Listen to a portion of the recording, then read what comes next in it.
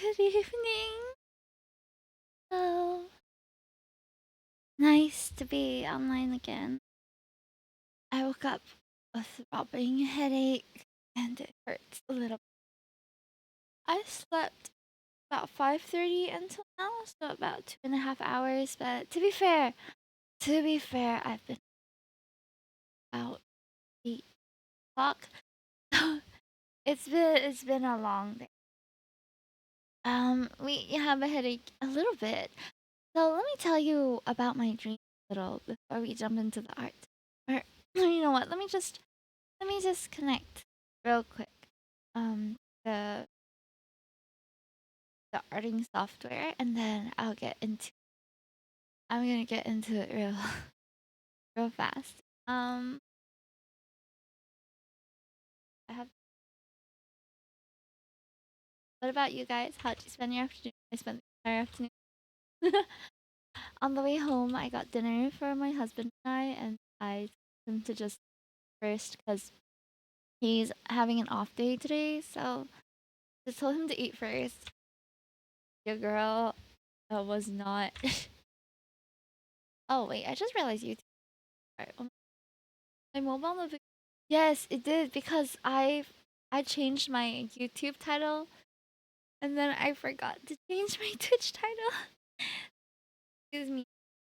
That was on me, chat. Yeah, so I'm debating people today. Right, hold on. I'm trying to figure out why this mirroring option is not.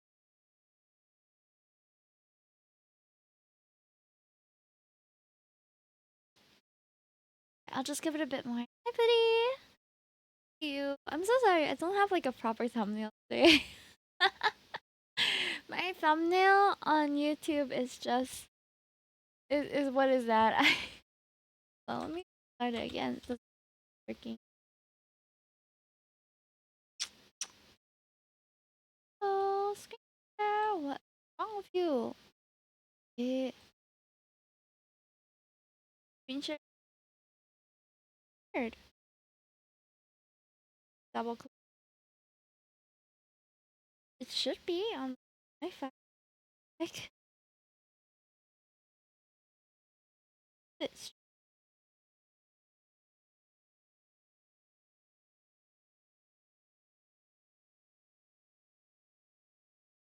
gonna shower. Okay, figure this out. Why? There's her. Um, I like.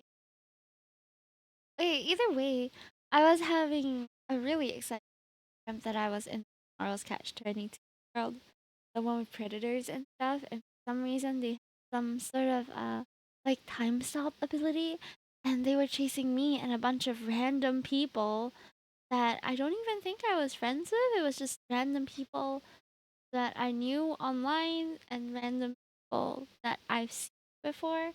And we were just running through town trying not to get caught in the time stop. And it was awful. So we were hopping buses, we were, yeah, all sorts of things. And then creatures started coming out to chase us too. So we ended off at two stops. We had one stop at a cafe, which was like this artsy fartsy cafe, and it was by the side of the road. Okay, finally. So it was not. It was at like the side of the road, like a little cafe, and it was like a small cafe that supported different artists.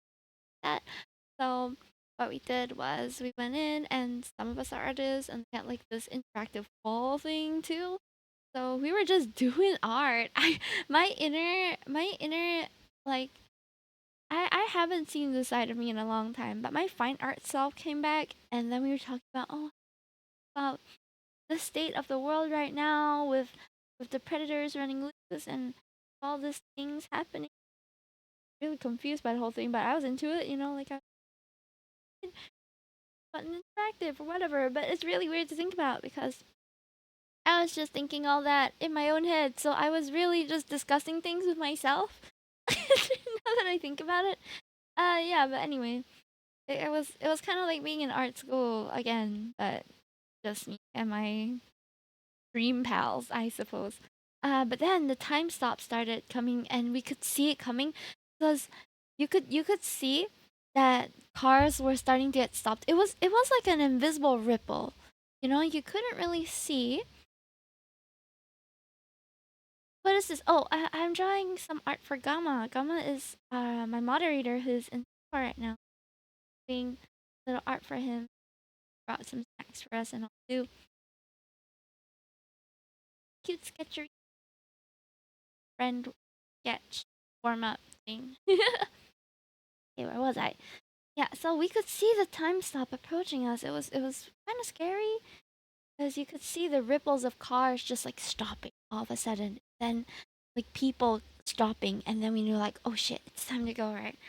So we bolted from the cafe and got a bus that fed us to the next train station. But didn't manage to we managed to get there, but it was the kind of, in the Bible there's this one story about this guy named Lot, Lot, who was whose whose cousin was he or something, and he lived in Sodom and Gomorrah, so-called city of sin, whatever. And when God was going to destroy the city, Moses, knowing that his cousin was there, cousin or nephew, I think it was nephew, sorry. Yeah, nephew was there. Was like, please spare the city if there's only 10 righteous people. He bargained with God. He basically said, like, hey, if there's just 100 righteous people, like, spare the city, because he's already, like, counting on his figures, right? Lot and his family, maybe 5 people total. And then he said, okay, if and he thought maybe 100 is too many, and he bargained some more and said that, hey, if there's just 5 righteous people, can we spare the city? So the angels went into the city and then started looking for righteous people, and the only righteous people they could find were the nephew and his family. And they said this city is about to be destroyed. We can't spare it because it is just it's too bad, bro. They're cooked. So, so they told them to run and not look back. So the family ran, they ran out of the city, and no one looked back except his wife. And she turned into a pillar of salt for not like obeying what she was supposed to do, which was like not look back. Genova Bible. And the Lord said they're cooked. Yeah. So basically, it kind of felt like that. I felt like I couldn't turn around because if I turned around, I was gonna be. It's not that I was gonna turn into a pillar of salt, but I just knew I didn't even have time to look. Like what was chasing me or what kind of circumstance we were in. So we just kept running, and the train station that we were heading towards, for some reason, I'm not sure if there really is any entrance there that's like that, but for some reason it was like a staircase underground. It was one of those train stations where the stairs led underground. So we jumped. Me and whoever I was with, I don't even remember. We were running towards the train station, and it's like I think this time stop thing had a sort of stopped effect if you were inside a building or something like that. That's why we were so eager to get into the underground, or maybe it was the underground that wouldn't be affected. So we jumped, and I felt like I was flying down like 3 flights of steps. It was like long flights, like subway stairs, right? There's quite a lot of them. So I flew down, and that was where the dream ended. That was when my alarm woke me up, and I was like, "Oh my god!" And then a headache came over me, and I was like, "Oh god, what did I just wake up to?" I think my body was really preparing me for some like end of the world stuff. Oh my gosh, so fun. I think at some point in the cafe, I was about to wake up, and then I told myself to go back to sleep because then I would be able to continue the story. I don't know know how many of you have experienced that before. Have you ever had like a dream so cool and so good that you're like, oh my god, this is like watching a movie. I don't want to wake up because I want to know how it ends. Uh, yeah, that's what it felt like. It was one of those very exciting dreams. I don't remember many of my dreams nowadays because most of the time I'm so exhausted from work that I just come home and knock out. But today was an exception, it seems. I was reading the event stories for tomorrow's Catch 22 right before, so maybe it had to do with something like that. I opened the stream not knowing it was a dream you're telling us, and I thought something bad happened. Oh no. No, no, no, no, no. It was just, I was sharing with chat about a very exciting dream. Right back to playing episode 2. Episode 2 of what? What are you playing in the I don't like my sleep. I remember all my dreams sadly very vividly. You get a lot of nightmares? I used to have I am a very imaginative person when it comes to my dream. I can't imagine things when I close my eyes and try to. I forgot the term for it where you cannot see things in your mind's eye or whatever it is. I've never had that. That's why I've always drawn things out. And I've been trying. Okay, I've been trying to picture things over the past couple years whenever the meme comes up again. And I just know that I can't because every time I try, nothing comes out. It's El Blanco in my brain when I try to see anything. Aphantasia. Yeah, that. I don't have that. I can't. Rather, I have that. I can't see or I can't visualize things in my head. I have to draw them out or, sort of sketch it out. And then I'll be like, oh, yeah, yeah, that's how it looks like to me.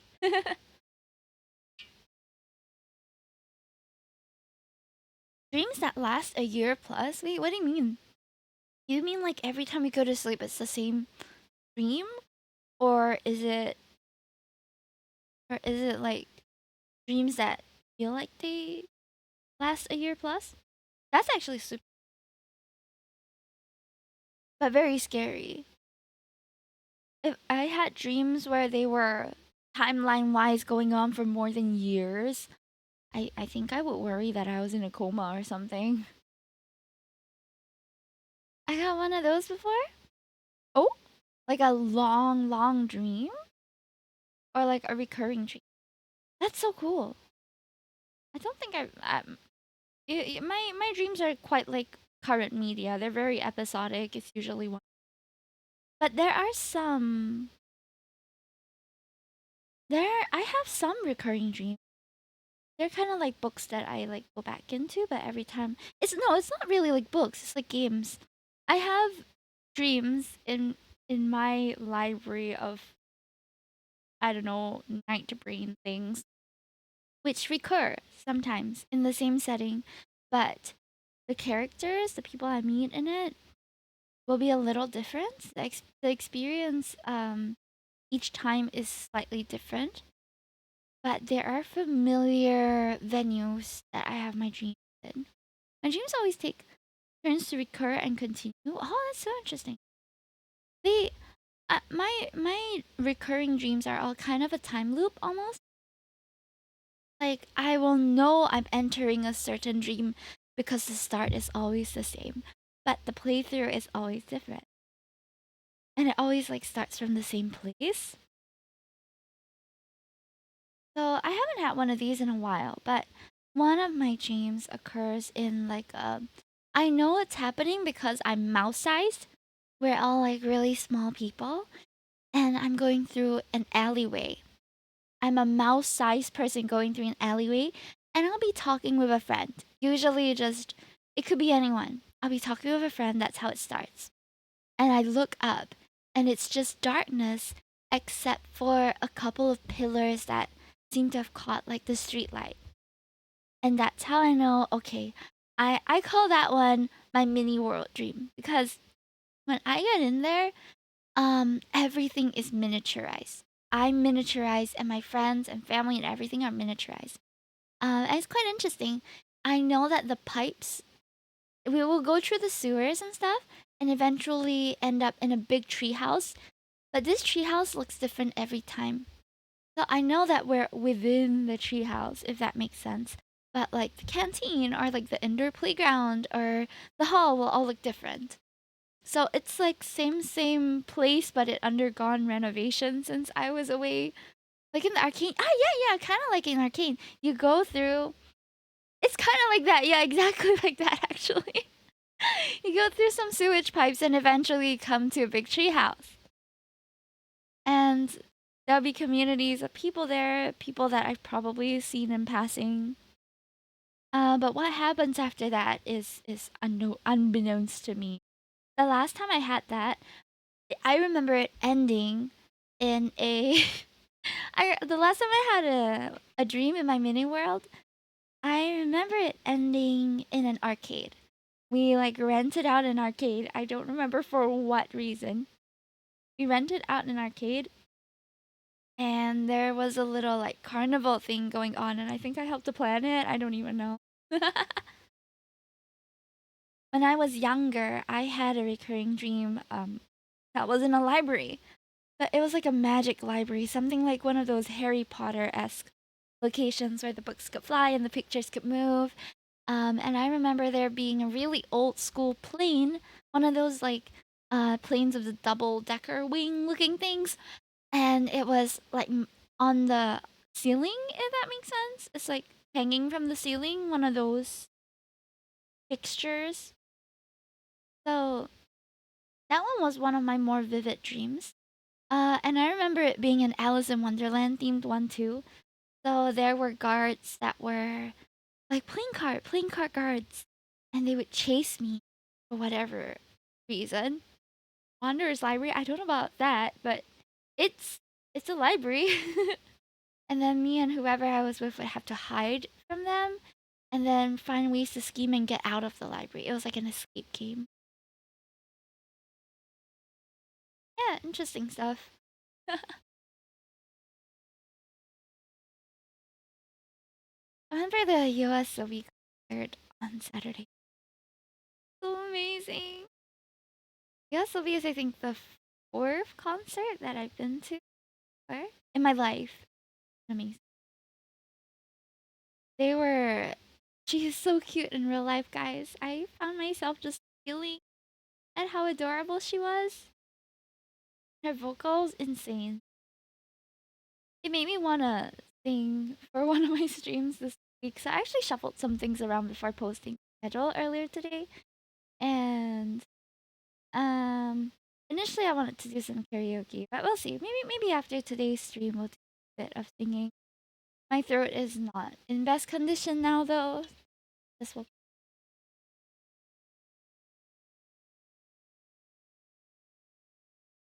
But yeah, that's that's it for me on the dreams. A lot of the times nowadays I get like I'm running late dreams, which is anxiety inducing.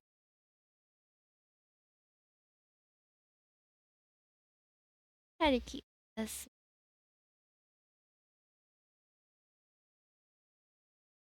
Yeah, I think dreams are really interesting. Even though I can't picture things in my head, like when I try, at least I can still visualize when I dream, which is weird, right? It's like when I'm awake, my like nope, no pictures for you. I don't have an inner voice either. Like I don't have I don't know. I have thoughts, but I don't have an inner voice. Does that make sense? Like I don't hear my thoughts. I just have the thoughts. I'm not sure how to explain that. But no, I don't have an inside voice. I say out things that I'm thinking about. Or I just think them, but there isn't like there's no text to speech in my brain, if that makes sense. There is thought, but it doesn't get read out. Just there. I've always found it interesting that people had inner voices and had the ability to picture things in their mind. So unfortunately, a lot of meditation stuff doesn't really work on me. If they're like, "Oh, close your eyes and imagine you're at a beach," and to me, it's just at most I get a bit of splotches of color, but it's all like super blurry. Sometimes doesn't even appear. So that doesn't really work for me. I have to literally go to sleep if I want to see things. The concerts I've been to are Philharmonic Orchestra, SAF, or oh, I haven't gone for. Singapore production in a while. I can make it sound like a wet market in my mind. That is so cool. Do you do that for fun? I probably would. So, daydreaming has never been something that I do. I've always had hobbies where I either am reading something or I'm drawing something.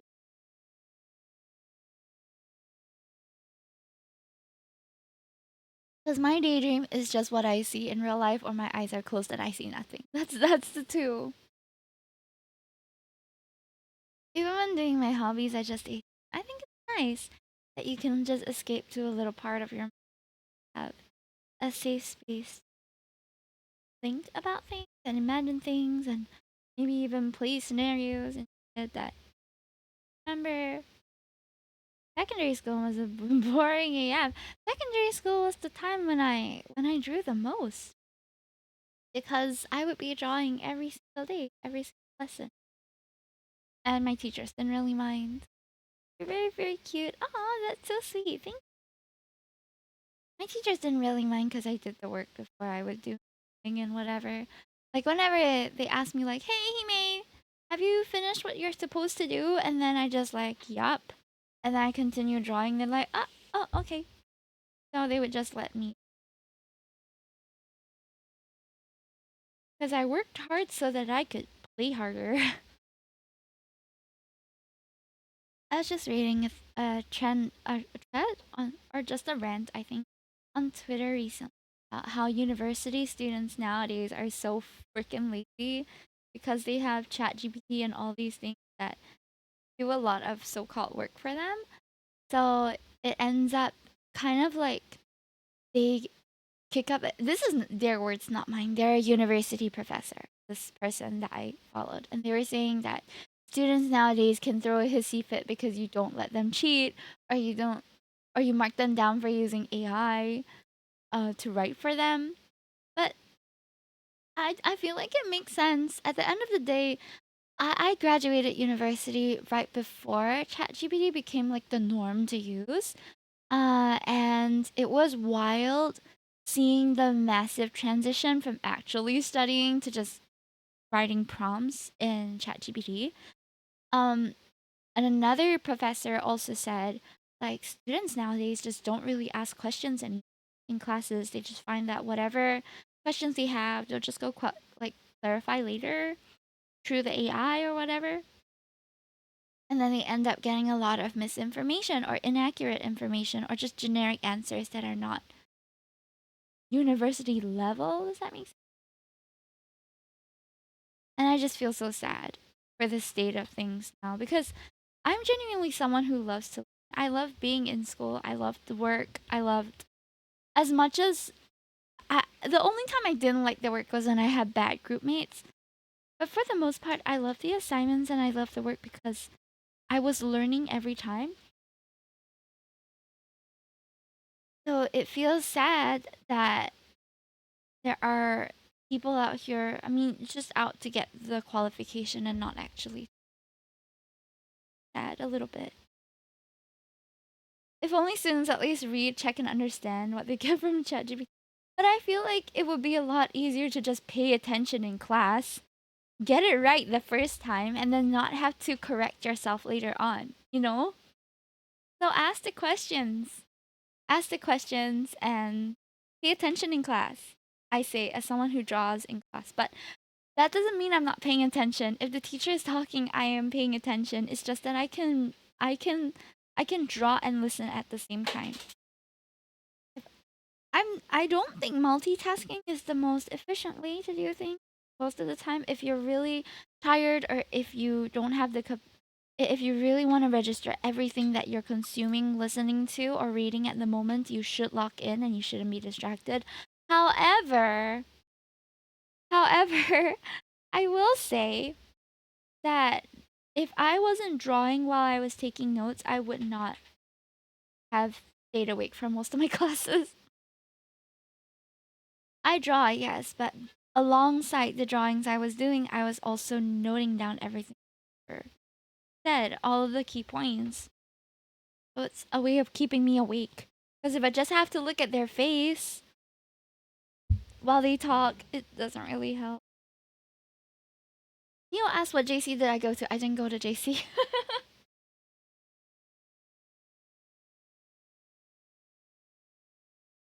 I was drinking some tea. I went to Nanyang Academy of Fine Arts for my tertiary education. Yeah.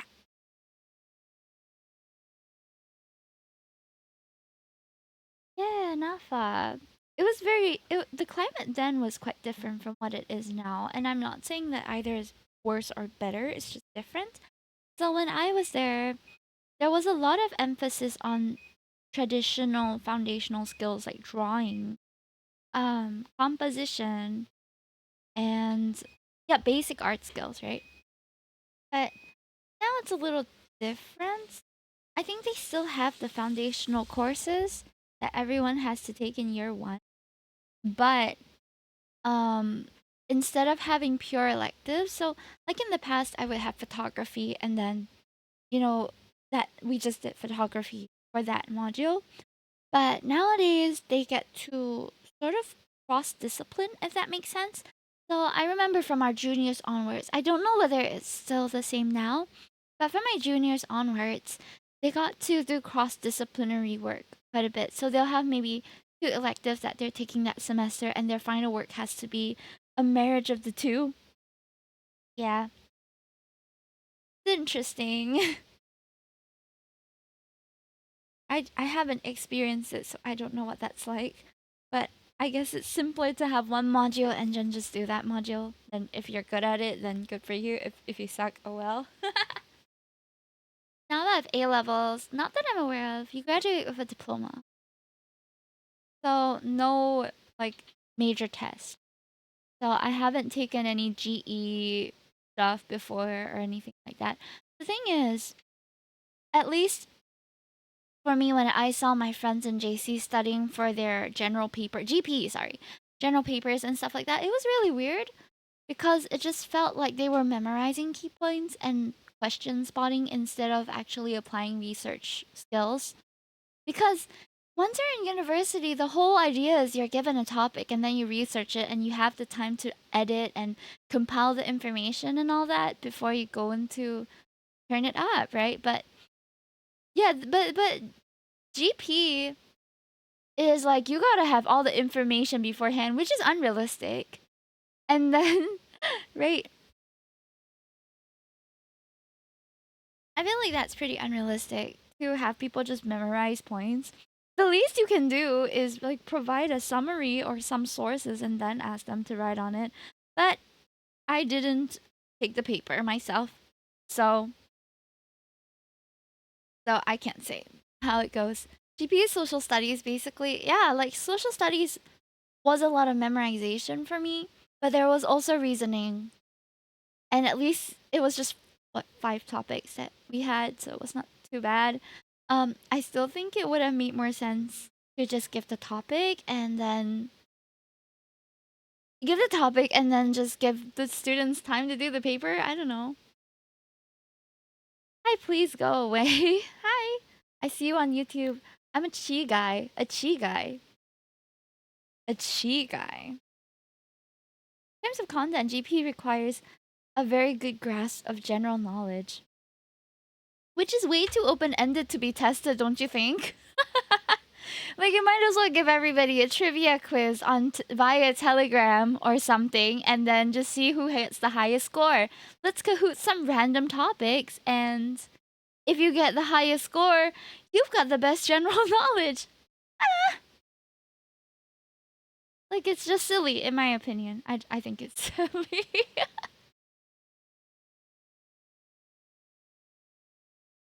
That's just my opinion.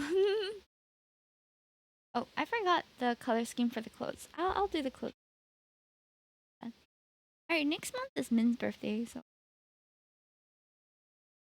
My favorite GP question I answered was discuss the importance of flowers. That is really interesting. That's really interesting and very open ended. You can go about it from the social standpoint, the environmental standpoint, which I'm guessing is what they're looking for.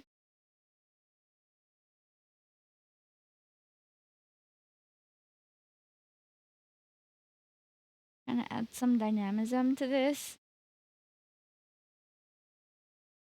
Yeah, it's Min.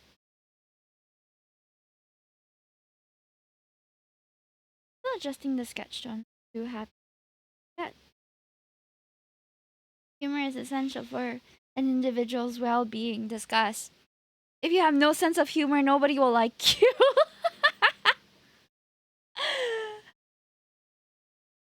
It's a funny question I found. Finding a mate will be difficult if you can't take a joke.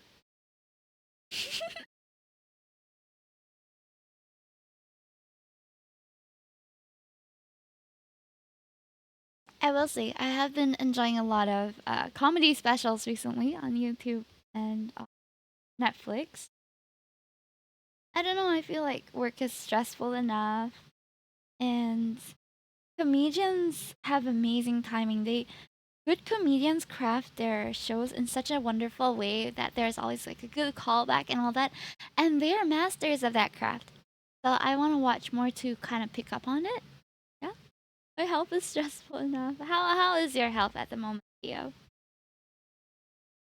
For GP, there's like 8 essay topics, all of which you might as well. It feels a bit like they're kind of just trying to get you into a yapathon, you know, like, hey, yap about this. If you can talk about it, you're good to go. And my surgery's about a week away. Ah, good luck for it. You'll be okay. I know. Is it the cataract surgery? I caught the flu. Oh no, wait, are you allowed to go into surgery with a flu? Oh yeah, health stuff can be really hard. A level subject H1 yapathon. Yeah, basically, right? I feel like it is a skill to know different things and to at least contribute to a conversation. But I will say that you yapping and word vomiting about certain subjects does not mean you're a good communicator, because at the end of the day, a lot of people desire someone who's able to listen more than someone who's able to talk. Like, a lot of people can appreciate individuals who can talk. Don't get me wrong, you wouldn't be here otherwise. But in real life interaction and like bonding, there is a lot more back and forth and um, equal conversation and equal contribution to a conversation rather than just a one-sided yap, you know? I do wish my doctor's visit does not cost $100. Ooh, yeah, that's rough. Hey, Bunny Plum, welcome back. Live stream street, thank you so much for that. How are you? I think something a lot of people miss out on when they are like, oh, or they'll say stuff like, and I know people who do this, who believe that they aren't very good talkers. And I think that's fine and a valid assessment of yourself. Who am I to judge you on what you think of yourself, right? But at the end of the day, being able to talk or being able to communicate doesn't just have to do with talking.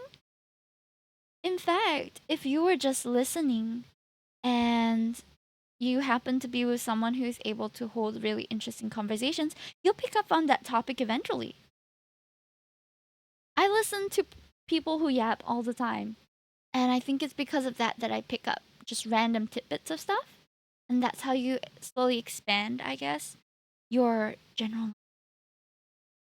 Because I'm able to keep a conversation with someone even if I don't know what the heck they're talking about. Like when it comes to cars, no clue at all. But I'll just ask things, you know, like ask good questions to show that you're listening. That's good enough for conversation and for showing people that you care about what they're talking about. So like the other day at one of my Chinese New Year gatherings, there were two of the guys who were talking about upgrading their cars and stuff. We're a group of friends. And they were talking about, oh, you know how it is, maintenance is so expensive and all that. I'm like, oh, how much is it and what's the market rate? Because I don't know what the market rate is, and I don't know how expensive they were talking about. And that's good enough to keep the conversation flowing. Just asking good questions, relevant questions, is enough for you to seem like a really good conversationalist. And people usually go out of a conversation or out of an interaction a lot, um, a lot, a lot, like feeling good about it if they are heard.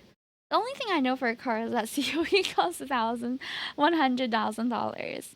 It's kind of crazy how to own a car here, honestly. Ichinose says, I'm always listening mostly to my heart rate speeding up when you come into the room. Hey, you came into my room. Hmm? Did you not? You have to bid for the paper. Yeah, yeah. I mean, I'm not really looking to own a car or anything anytime soon. For the simple reason that I don't like to drive. I can drive, I have a license that is valid. I just don't like driving. I get stressed out. I would rather someone else drive for me so that I can sleep or do something else. My heart rate is generally considered weak. Oh no. Driving is stressful, especially I feel like Singapore roads are all right already. The only issue is because things are so packed together that when peak hour comes around, ooh, the jams can get crazy. I'm really afraid of people who ride motorcycles and then they just like weave through traffic. It's terrifying because I don't want to accidentally hit them. If it was a long straight road, maybe I would feel a bit more comfortable. But that's never the case here. My brother, on the other hand, loves driving and loves riding as well, like motorcycles. I personally don't understand it.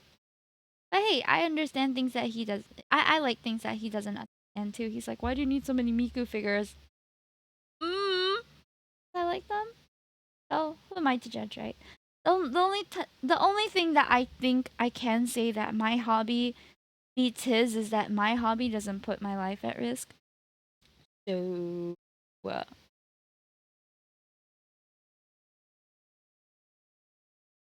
I have a very fearless brother. I don't know if fearless is the right word. Reckless, maybe. Fearless, I guess fearless in some ways. But it's sometimes to the point where I wonder if he even has a like a like a self-preservation system, and it's how are you still alive? You know, like by the grace of God, my little brother is still around because he's been into a couple of accidents already. Not because of his doing, by the way. Been in a couple accidents, had a few close calls. He's still alive. He did a lot of reckless things as a kid, or rather like silly things that kids don't really think twice about, like walking on the ledge of a 3-story building. He's done those things. Even if I was real young, I would know not to do that because I have the potential to fall. He does not fear any of that. And I don't know why. I have an irregular resting heart rate from. Don't worry, more people have high heart rates than you think. Oh, any possible twists and turns you can take on the highway is available here. It doesn't help that every day we have really like terrible accidents just happening all over Singapore.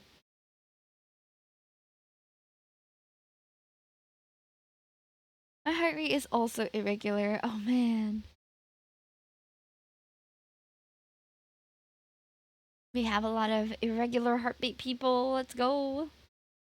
Well, as long as you are functioning fine and it's not affecting your day to day, yeah, sure. Wait, we do? I'm seeing them in chat right now. I've never asked about your heart rates before. There's like some 100 accidents a day, right? I wouldn't be surprised if there was, but I would say I don't see all of them reported, that's for sure. Maybe not 100. But just enough for it to be a daily occurrence, yeah? Oh, globally, I'm sure there's more.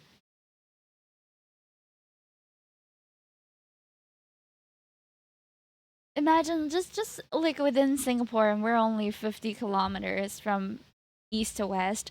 We, yeah, globally sounds really low. Within Singapore, we also we have so much. Singapore invented the word self-skidding. Self-skidding? You mean like in terms of a vehicle skidding?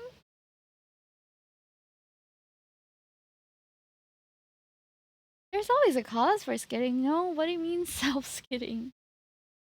That sounds like a personality trait of a car that you really don't want to own. Like, hey, this car is self-skidding. Well, I don't want that then. I was in Singapore. Wait, what? No way. Were you here for a transfer or something? Ah, Necro. That's so cool. Skidding, skiddy, skiddity, skibbity. I had an interaction with a kid today who has a plushie named Scoobert.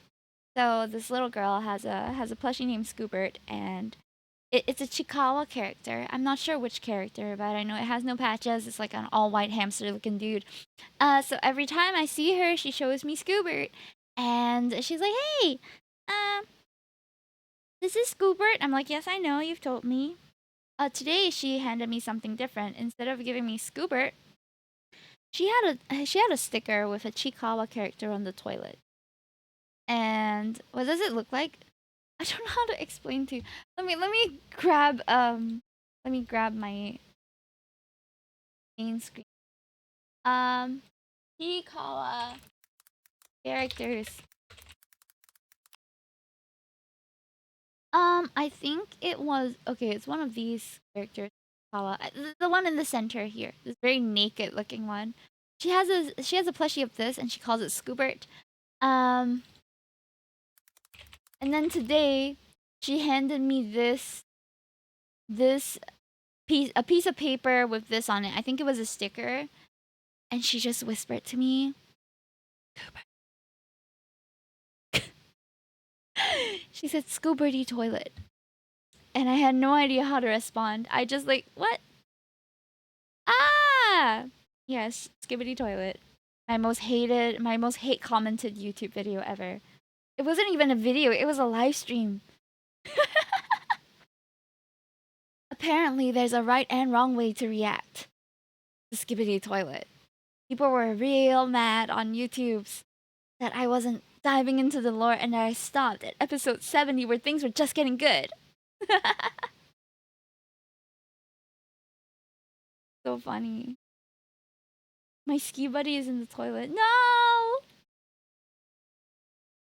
Chikawa. Yeah, Chikawa. I like Usagi just because it's a rabbit, but apparently it's a very unpopular character. People bully Usagi, and I'm like, why? Is it because we're a bunny? Why? It's not even allowed. Exactly, that's what I said. Like, hey, you're probably not even old enough to be here. Like, I'm sorry. Oh, there's this crazy thing going on TikTok right now with the Love and Deep Space community because there are minors playing the game, teenagers mostly, but minors, right? And somebody screenshot it and posted it on Twitter. But basically, there were these like 12-year-olds, 15-year-olds commenting on YouTube videos that they made that like, oh my god, I find it so weird that adult women are playing Love and Deep Space. Like, why are all of the players in Love and Deep Space full-grown women? Like, where are the younger players at? And I'm just like, no, it's not weird. The love interests are literally like 10 years older than you. Like, get out. This is my house. And I'm not saying I have a problem with minors playing Love and Deep Space. I don't think it's the most appropriate media that they should be consuming, but in your teens is like a prime time for things like that to kind of start coming up because it's the year where it's the developing years where the hormones are highest for a lot of people, right? And I think it's healthy to have safe avenues to indulge that. But Even if I started Otome games at 15, 16 years old, playing Mystic Messenger and all that, I didn't go online saying it's weird if older people enjoyed the game. Like, what? That's just, where did that come from? It's so strange because the game is not catered to a young audience. It is catered to a more mature audience, you know? Yeah.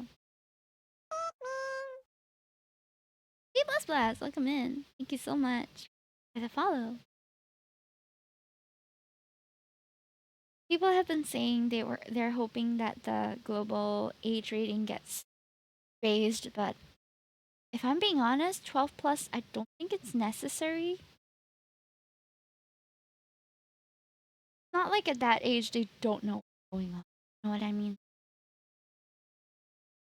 And there isn't explicit things. To me, I don't think that they are. They're very good at dodging censorship for one.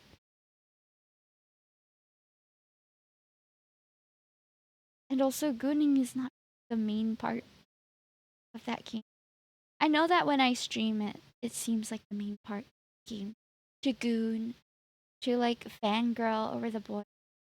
But if I'm being honest, it's more of the daily interactions that I have with the characters. You guys don't see that because I'll play it on my commute, my daily commute, like doing my dailies, enjoying the individual like daily interactions with the love interest. That's the part that keeps me around for the game, not just the exciting bits. I just stream the exciting bits because I'm more entertaining playing stuff like that than if I were to just do my LND dailies. On the train, yeah. Hi, I'm joking. Welcome in. On the train, lads. Hell yeah. On the train, lads. Though, Hello Kitty Island Adventure is taking my priority for that right now because I started Hello Kitty Island Adventure yesterday, actually, Sunday, and I'm enjoying it a lot. I'm doing my Hello Kitty Island Adventure dailies too. I appreciate that Lads is made for the working woman. Like a 5 minute, 10 minute at most if I'm doing some other mission daily visit. So I'll do my Lads first, and then I'll do my Hello Kitty Island Adventure for the rest of the ride home. But to be fair, I'm a lot more behind in Hello Kitty Island Adventure. It's such a chill game, guys. Like, I don't even have to think when I'm playing it, if that makes sense. And I know it sounds bad, but it's not. I feel like cozy games should be, in the most part, quite mindless. You kind of get into a routine. You just enjoy the interactions with the characters, enjoy the missions, and they make the missions super easy too. You mean Hello Kitty Archipelago? Yeah, yeah, yeah. They make it super easy as well, which I love because I don't like having to think if I'm not in the mood for thinking. You know what I mean? Like the whole reason why streaming works for me is because I need time to mentally prepare for the kind of games that I'm gonna play. I feel like I don't heavily invest in gaming, but I don't spend a lot of time on it. I don't carve out a lot of time for gaming because I mostly only get to play games after work, and we all know that after work you don't have many hours left in the day. So, in blocking out the time for stream and to game on stream, it's my few hours of like escaping, a few hours of enjoying this like games. So I like to be able to know, like, okay, this is my mission for today. I'm gonna clear Needy Streamer Overload, for example, or I'm gonna play Celeste and I'm gonna get and clear as many chapters as I can. So the last time we tried Celeste and we cleared 3 chapters, then I'm like, okay, I'm looking forward to the next one because I am excited to play it. How many hours do you work a week? Let me count. I work about a 7 to 8 hour workday every day. Um, the timing is inflexible, but I start really early. So 7 to 8. I think 8, more like 8 hours. It's a pretty standard workday. 9 to 5 is 8 hours, right? to 5 is, yeah, 8 hours. So it is a 8 hour workday. But usually start around like 7:30 a.m. So 7:30, it's a pretty early thing, but that way we get to leave earlier. And it really depends on whether we have a lot of meetings or, you know, additional responsibilities. If there's events, then of course we have to stay a little longer. But for the most part, yeah, I work a regular 8 hour day. But we start early. So I get to go back a bit earlier than the typical office worker. But I prefer that. It's like I would rather have more evening than more morning. Sense? I'd rather have more evening to myself than need more morning to like get ready and things. I'm not really someone who has like a long morning routine. I'm like a late school girl in a shoujo anime, you know. Start at 6 a.m. end at 2 p.m. That sounds good, honestly. I used to work. I've always enjoyed shifts or work that is a bit earlier too. Like my first job, was a 10 to 10, 12 hours, but it was a part-time job, so I would just come in as and when they needed people. But so I was working at a pizza place in Sentosa, but it was connected to a hotel, under a hotel. So I worked under that hotel for a long time, about half a year, while waiting for school to begin. And during that time, I kind of shifted from doing the 10 to 10 at the pizza place to doing the breakfast buffet, because you know they have early breakfast buffet. You go in at 7, you end at 1. And then I feel like, wow, every day I'm done at 1, right? While everyone else working at Starbucks and stuff have to close up at 11 p.m., I'm out and about and free to go at 1 p.m. I'd much rather that. I'd much rather wake up at 5:30 and have a really early workday, but then have the rest of the day to myself. Even though I'm not a morning person by any means, like I don't function very well in the morning. But with enough practice, you do get more used to the routine. So I've worked at my current job for about 4 years now, and it's become pretty standard for me. Though there are some weeks where I still don't sleep early enough and scramble to gather energy somewhere. Like today, I actually woke up late today, and I had to. I don't like waking up late because the moment like 6:30 hits, that's like peak hour.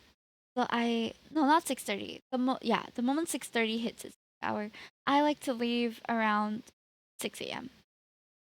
I'd rather reach the office early and not squeeze with people on the train than reach late and also have had the squeeze with people on the train. That's just my preference.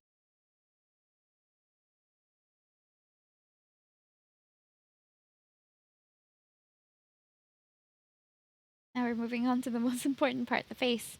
Might concentrate a little more here. Okay. Circuit is on, by the way. If you guys want to go fishing, I have the fishing.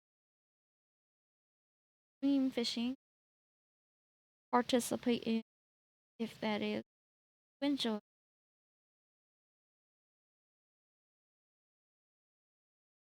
I just get up at 5:30 and then drive the 15 minutes to work. Ah, nice. I don't drive. So I take the bus and train about an hour every morning. Get to work. But I've learned to kind of enjoy the long commute. Like Hello Kitty adventure on the train. But my 2 hours on commute is pretty precious. I like draw and try to catch up on stuff all on the train because it's a lot of time, 2 hours, and I don't want it. Unless I'm really sleepy, then I'll just sleep. But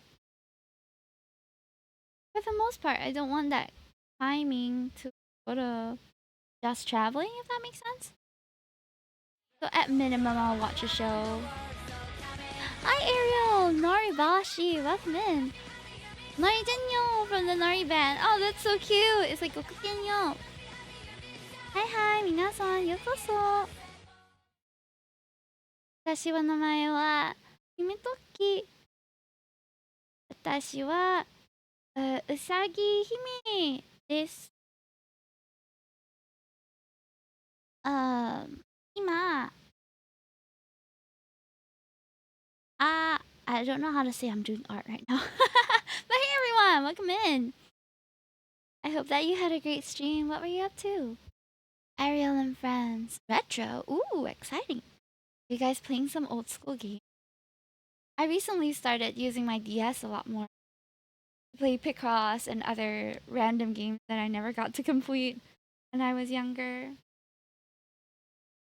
So I've been in a bit of a sentimental mood recently too. Right now I'm drawing my VTuber group art next month. She did my birthday art, so I'm doing. I like Castlevania, Harmony of Dissonance, and old Game Boy Advance game. Exciting! I have never played the Castlevania game, but I've heard good things about it. I hope you had a good one and that you've progressed quite a bit in it. Will you be continuing the gameplay or is it just for today?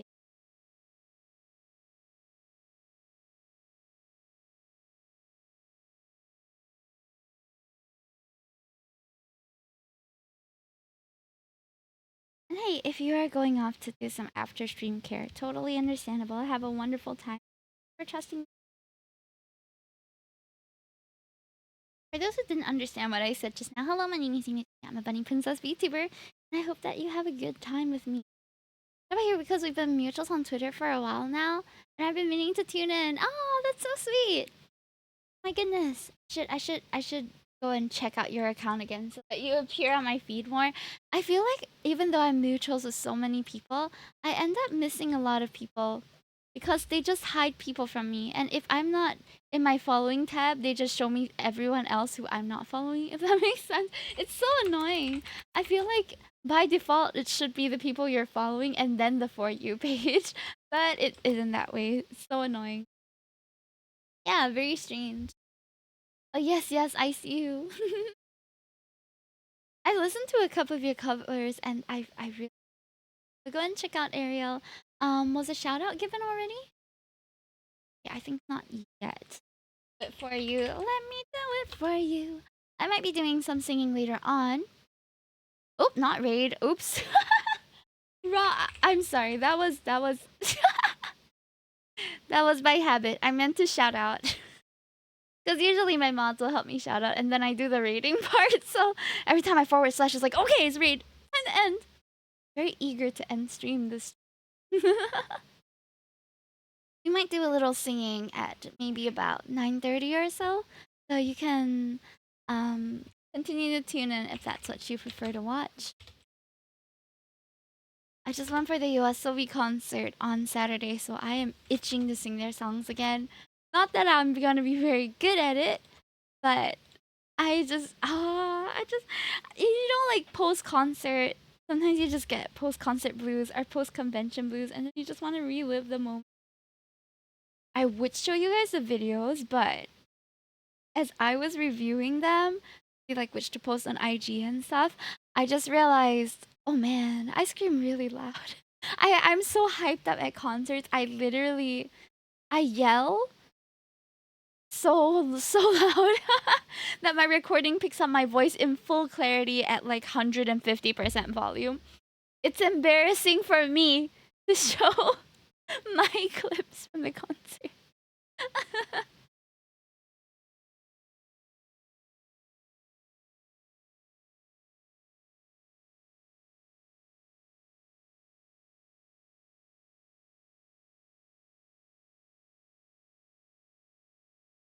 Okay, I'm trying to just balance out.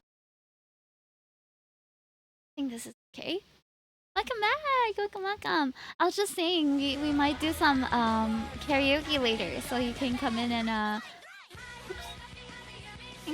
tune into that if you want to hear me sing.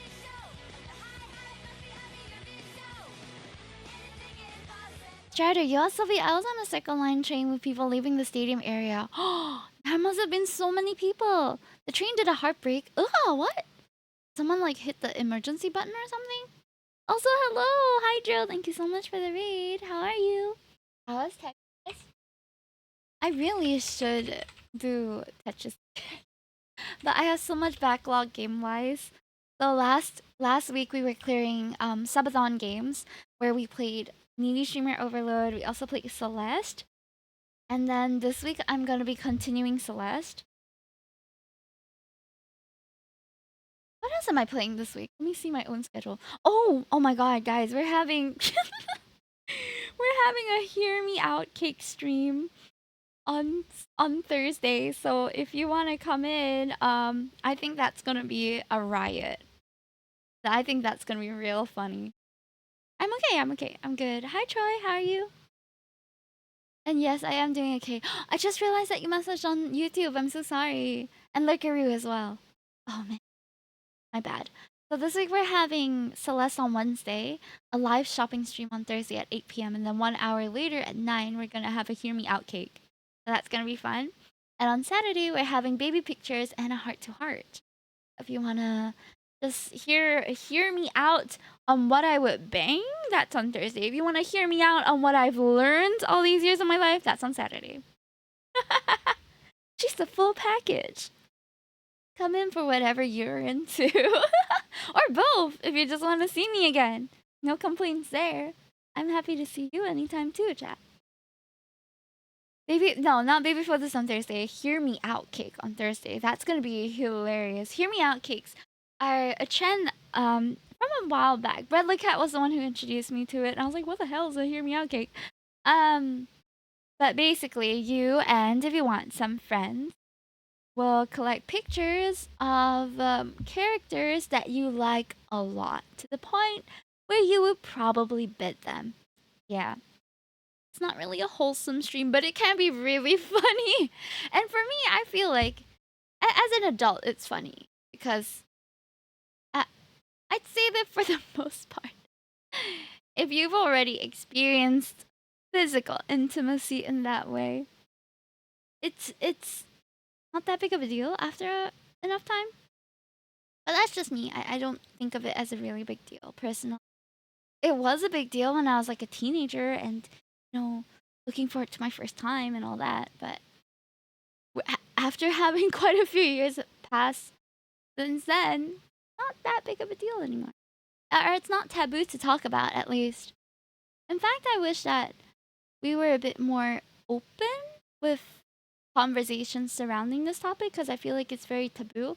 And even when I was going through sex education in secondary school, it was a mission school, so, or like one of those convent schools. So obviously it was more of abstinence, which I think is appropriate for teenagers, since you don't know what you're getting into, and safety is the main concern, especially if you're a minor.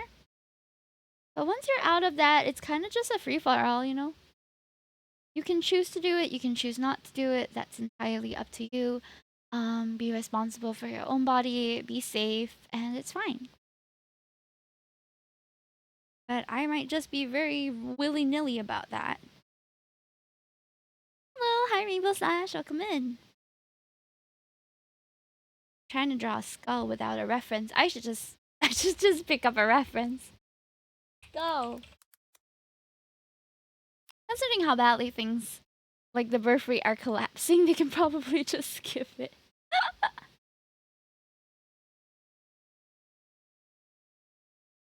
So this is kind of cute. Okay, I'm into this girl. Aww, he's adorable. You want to hear my most recent Hear Me Out?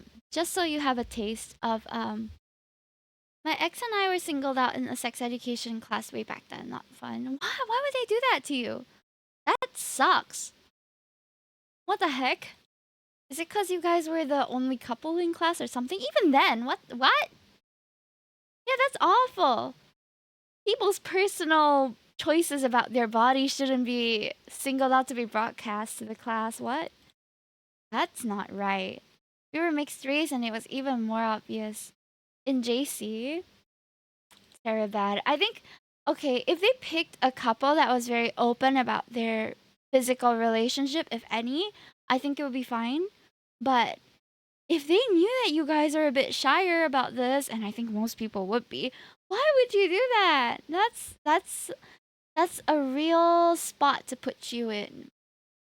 Did you at least like tell them that, hey, we would rather not talk about our situation to the entire class?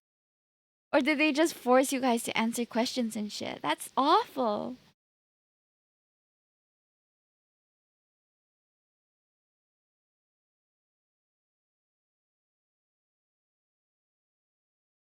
Yeah, boo. Boo to whoever was facilitating that session. What the heck? Just eyes on us, very uncomfortable.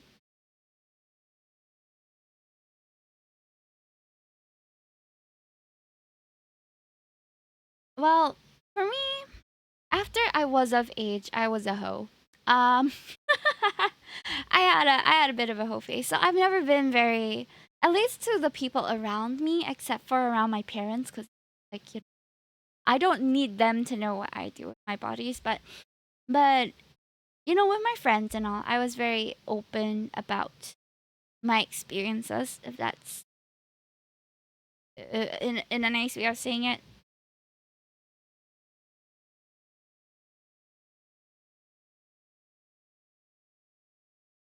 Yeah. So it was not really a secret, but we were all also of age already by then. So it's just a part of life. That's what I'd say, that sex and affection are just a part of life. And you know, because our society, or because our culture is a bit more closed off about these topics, then of course it feels very taboo. It feels very awkward to talk about, which I appreciate, because then you slowly learn to. I would rather you keep it to yourself and then figure out what you're comfortable sharing eventually, than be super open about everything and then realize, like, maybe I shouldn't have just told everyone every little detail about my physical relationships.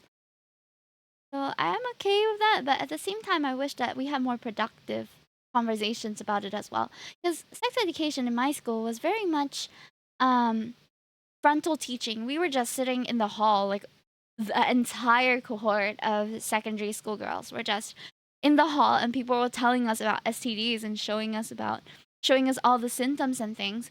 But they made it sound so dooming and damning that I think it is not accurate to how we should have, it just feeds a stigma. But I feel like they should have just provided accurate medical information instead of showing us like the worst of the worst symptoms if you were to get an STD. Why bother? Singaporeans aren't doing anything. Because okay, in at the teenage stage, and for the you know for younger people, I think open conversations would be a lot of would be very helpful. But I wish that the way they conducted it was more productive, and not just like, ooh, stay away from it at all costs. If you hold hands, you're gonna get pregnant, and that's not gonna be. You're gonna get pregnant, or you're gonna get an STD. So it formed for a very fearful society, and it just made everything seem very taboo. When the fact of the matter is, once you are of age and it's between two consenting adults and they're honest with each other, it shouldn't be an issue. If you have personal reasons for abstaining, I think that's perfectly respectable. But if you don't, and you're just staying away from it because you don't know what to expect, it's quite sad, I guess, that you just have an inaccurate or very negative view on physical intimacy as a whole. My school did a Q&A session. They just answered like only specific questions. Oh, I my school did a thing where you write anonymous messages too, and I appreciated that because it allows for the students to ask questions that you know, they're actually curious about, and I think that's valid. My school did a Q&A. What do you mean they only? What? So if someone asked a valid question that they didn't think was according to the agenda they had to deliver, then they were just like, we're gonna not answer that right here, even though you asked in front of everybody. That's so silly. They probably got their own list. What? Yo, hi readers, welcome in. Hikari Miyuriji. You guys came in at a really interesting time. We're talking about sex education and how sex is a very taboo subject in our country, my country, Singapore. I don't know how it's like for you guys though, Reese, or whoever else is outside of Singapore. How's it like? Because I know America's really open to it, and they give out condoms and stuff to the point where it's like maybe even it's like the other side of the spectrum, you know? Like, I don't think kids should be banging. Does that make sense?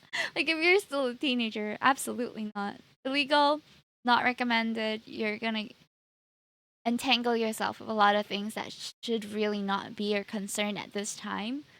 Yeah, I don't know about Japan, as I didn't grow up here, but Brazil is pretty similar to the US. Us homeschools, I never had sex education. If I can recall, I don't think we have it. Homeschool?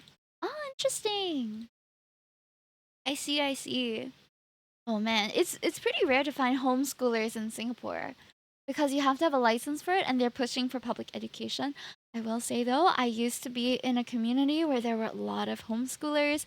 It was a very, very traditional church where women couldn't even wear jeans because it was too sexy, that sort of thing. And men and women would sit separate. It was very traditional, very fundamental. I attended there for a while, but only for the youth service. I never went for the main service because, yeah, jeans. Like, oh, that's it's not very nice to wear jeans. It yes, it covers, but it still shows the shape of your body. I'm like, that's just what God gave me, though. I don't know. I wore Pikachu I wore a Pikachu shirt to that church once, and the pastor pulled me aside to say like, "Did you know that Pokemon's from the devil?" That kind of environment, right? So no, because they just talked to me like that. Only heathens wear jeans. Yeah, it was crazy. They wore something called culottes, which I at the time I enjoyed them. Okay, it was airier than jeans. It was more comfortable. It had a little elastic waist, and then it was like the flare pants. But it was instead of just the bottom being flared, it's like the whole thing. It's like a parachute for my bottom half. And it's quite cute. I'm not gonna lie. I liked it because it was like a skirt, but also long pants. And I would just oblige because I liked the fit anyway. But yeah, that was a part of my life that I wouldn't erase, but also I wouldn't have been so involved if I knew that at the end of the day I didn't really believe not all the things that they were preaching. Oh man, our parents won't like Genshin.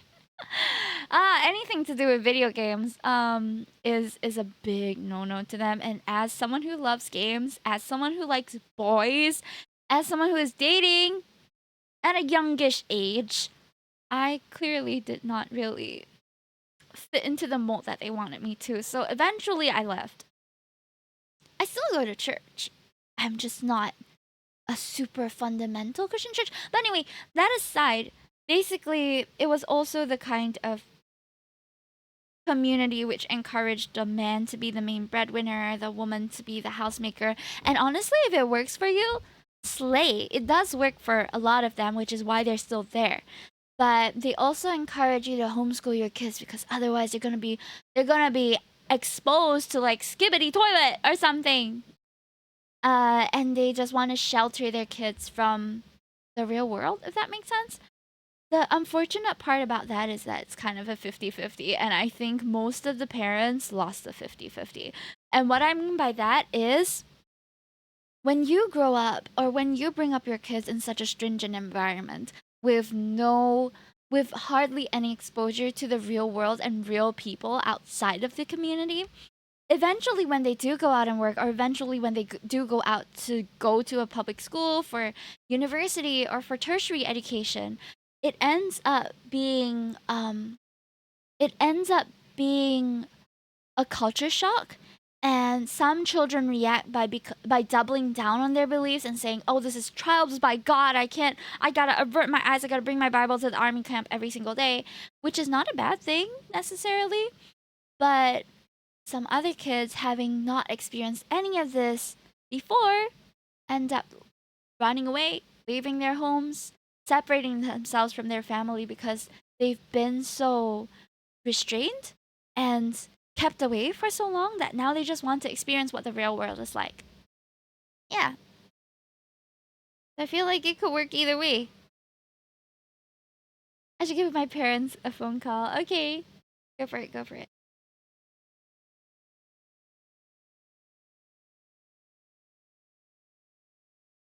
Can't relate. My parents like these. My mom trying to steal my duck gear from me. The complete opposite. I feel like the complete opposite might be a bit. It's an interesting take as well. I wouldn't know because even though my side church, if you will, was a very conservative church, my parents were not that conservative. So I feel like I had a balanced ish upbringing. They would have they would have certain expectations of me, that's for sure, to live by certain ideals, but apart from that, conversation wise, I didn't really have any issues with their beliefs. You're drawing a commission? No, this is not a commission. This is just Min's birthday art that I'm in charge of. Artist.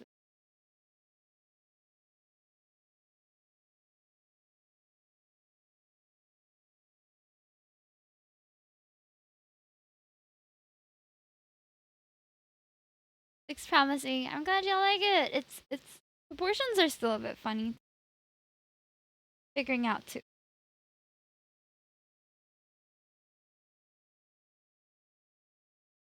Liquify is like my best friend.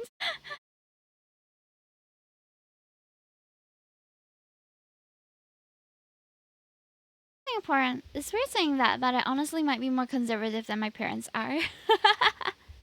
Well, that's at the end of the day, children will not always turn out. In fact, in most cases, they are very different from their parents in terms of belief systems and worldviews, and that's something that, as a parent, you should evolve your relationship with your child as they evolve into an adult.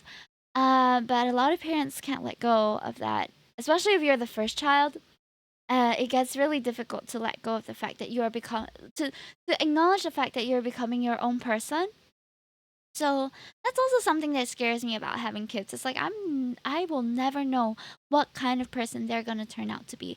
I can only be faithful and like trying to raise them the best way that I can and hope that they turned out all right. And you can also do everything right and have your kid completely come out just effed up. Brother, it's totally possible, which scares me. Brother Cat says, I think Singapore society is on a bit weird balance between super conservative ideals as long as you don't capo or something. Singapore is a bit slower to adopt like global norms, but I think that it's not a bad thing. We're very cautious, is one. Also, if you have no siblings, oh yeah, even more so if you're the only child. I wouldn't know because I'm not a parent, but I can see why my parents had a hard time um treating me like an adult when I turned into one. It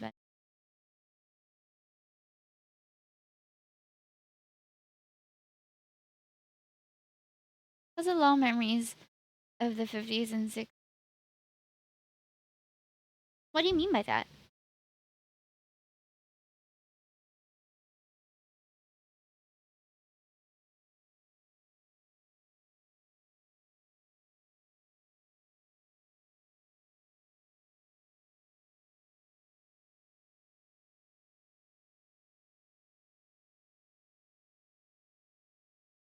Sorry, I'm like locking in because I'm trying to figure out like what was I drawing?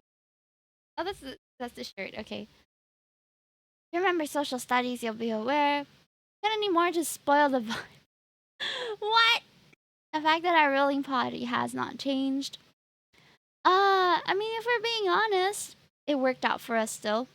So I can't really complain. At the end of the day, history is history, and I wouldn't change it. I think we can look forward and see what is best for our country in the future. I think the general election should be coming up, so cast your votes, do your research, and be well informed.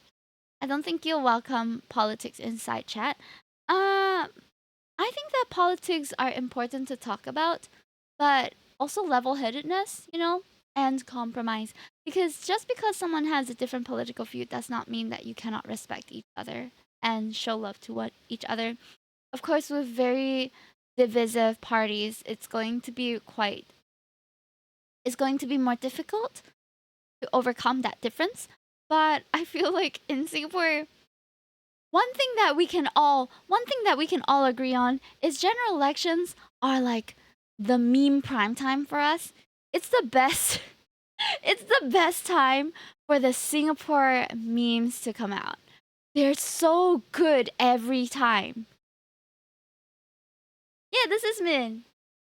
They're so good every time. I love the Singapore general election memes because they're just so funny.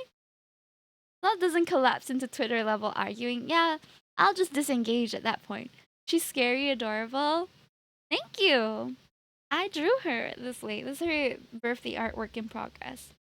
I have Kochi's one as well, but Kochi's is a lot more sus. I remember this supermarket CEO trying to run for president.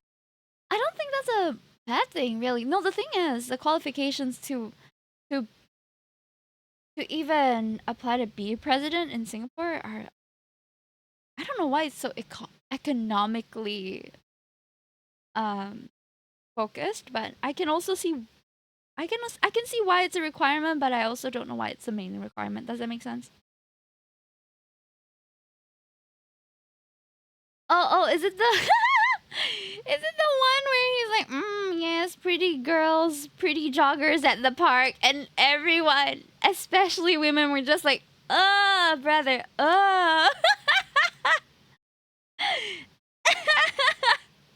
It's so funny, please. That guy. Yeah, we have some hentai GGs trying to become president up in here. Was hilarious. One doesn't know basic cybersecurity, which I wouldn't fault him because he's kind of much older. But I'd say that no one is. I wouldn't assume that no one is unteachable. I just never expected certain responses, and it's like a joke, because you don't expect it. That's the whole premise of jokes is they don't you don't expect it, but it makes sense. So that was quite fun to go through. But I think it's only so-called fun because in Singapore, our president is more of a representative figure.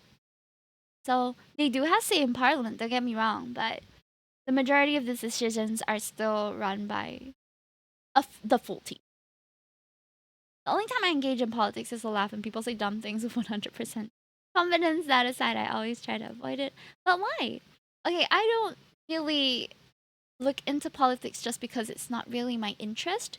But it's a very, I'm gonna say it out loud. I'm in a very privileged position to not have to worry which political party takes over my country. I think regardless whether it's the opposition, regardless whether it's the current ruling party, we are in pretty safe hands because infrastructure is already built up here. So there's not there's going to be opinions for sure, but the consequences, like the government here does things properly. They don't do like what unconstitutional things that are happening elsewhere in the world. I've never heard of that term unconstitutional until the most recent election of you know who, and then so many things are going on there. It's like, what is this real life? It's so insane to think of the stuff they can get away with. But I also know that it wouldn't fly in our country. So it's both a comfort and it's like a bittersweet feeling, I guess, where it's very realistic that a political party or someone that you vote in can change the climate of things very, very greatly. But that kind of huge change hasn't really happened in Singapore history yet. We built the city from the ground up, something, something. I forgot the. We were lucky. We were incredibly lucky that someone stepped up with his team to build up the country to what it is today, or at least set the groundwork for it. Because otherwise, things would be very different around here, for sure.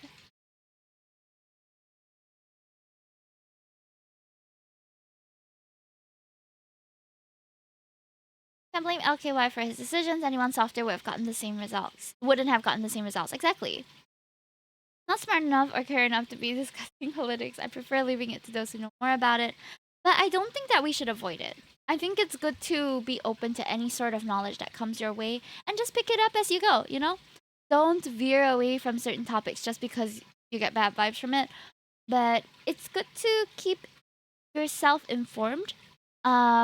But manage your mental health as well. So it's kind of like when we were playing Needy Streamer Overload, right? And Ami or Kate Angel Chan was like getting stressed out from her streams, and then all that. It's about balance. If it's upsetting you and it is not something you want to engage in because you feel not up to it at the moment, then yeah, make the decision to disengage. But if you are open to acquiring new knowledge to know why people feel the way that they do, regardless whether it's in your country or not, it is good to keep an open mind to learn from it. That's why we take social studies in the first place, is to learn from what has happened in the past to inform our future. Or what's happening in the present to inform the future. Because at the end of the day, I'm assuming most of us are going to be a citizen somewhere.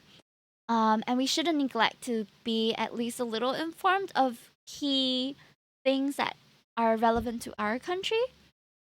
I'm not saying that everyone has to be a social change activist or anything like that, but if you register to vote or if you are a citizen of a country, you have a voice, you have a say in how you would prefer the country to be run to some extent. So use that vote, use that opportunity. Why not? Power of the people and all that. I do like to study it. The only thing I avoid is talking about it with others. But yeah, that's fair. That's fair. If it's not there are so many other things that you can enjoy talking about. But I also feel like politics can be fun to talk about as well. It can get very touchy, yes, but if you navigate the conversation with respect to whoever you're talking to, it's usually fine. I've never had a full blown argument with anyone about politics in Singapore or overseas that I've talked to in real life before. But maybe the people around me just don't have incredibly staunch opinions. You know, maybe we're all a bit chill. I don't know.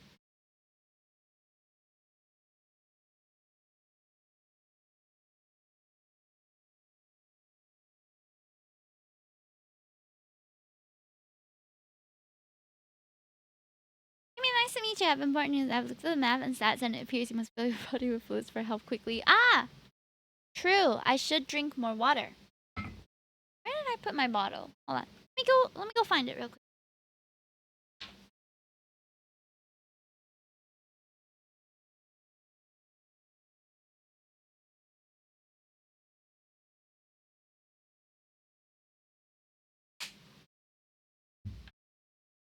Thank you so much. But you know the numbers also don't lie that 100% of people who have drank water in their life end up dying. It's insane. Hi. Hikami Ryuji, you're right. The only problem is finding people who talk with others with respect. It's getting harder and harder to find. Really? Oh yeah, my sub right now. Back to Ad Halico.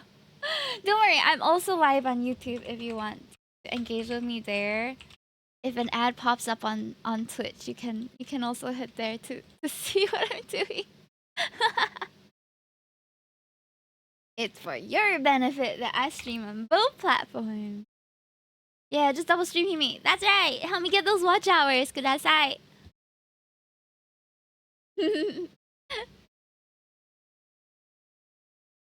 But I would say that it's not difficult to find people who respect others, but Twitter is not the place to find them. I feel like Twitter is one of those places where if you go there looking for trouble, you will find it. Does that make sense? Or even if you're not looking for trouble, you'll just end up with people who are mad at you for whatever. It's crazy. I've drank water. I'm going to flatline. I mean, like real people. Where I mean the Hatsune Miku coffin. Oh my god, I've seen that. It's so funny. This is turning out to look very. I have to make her look just happier because I just wanted to make her look happy to have cake. I think I can change the eye a little bit. Not to see.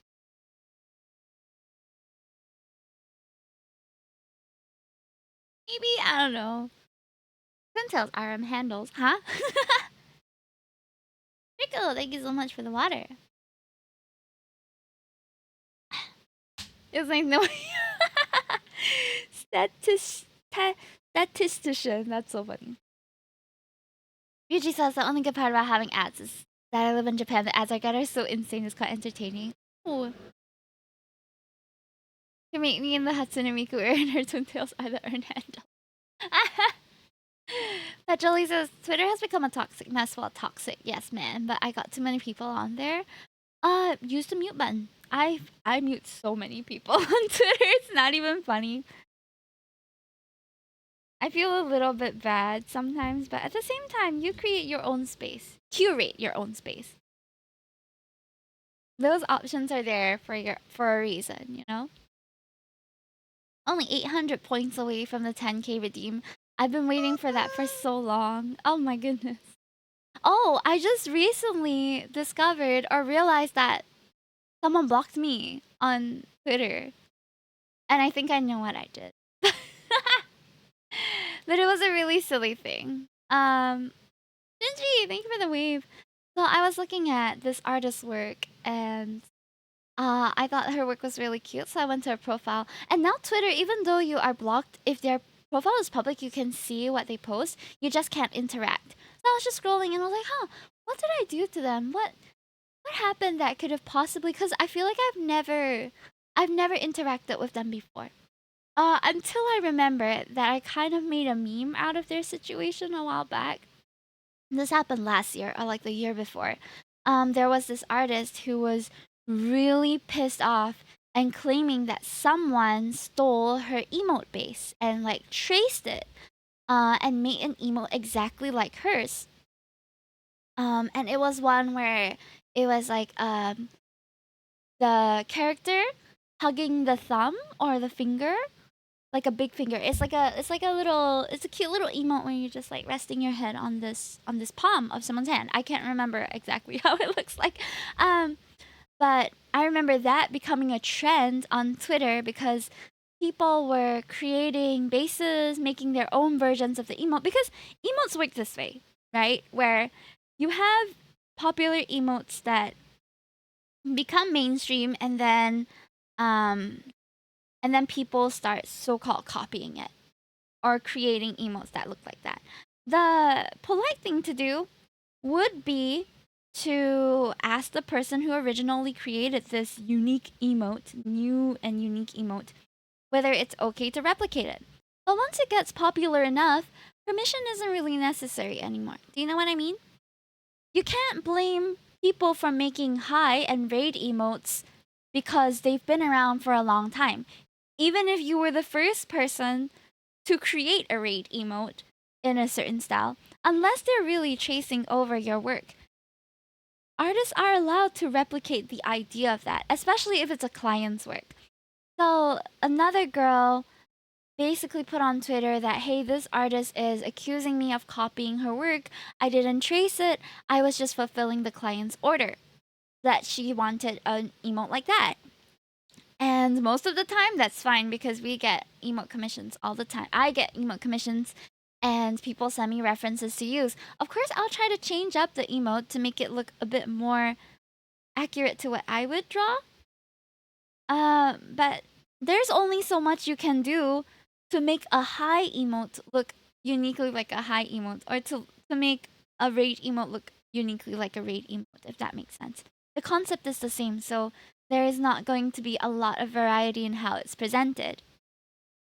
Same as a head pat emote. You can only do so many ways for a head pat emote for it to look unique.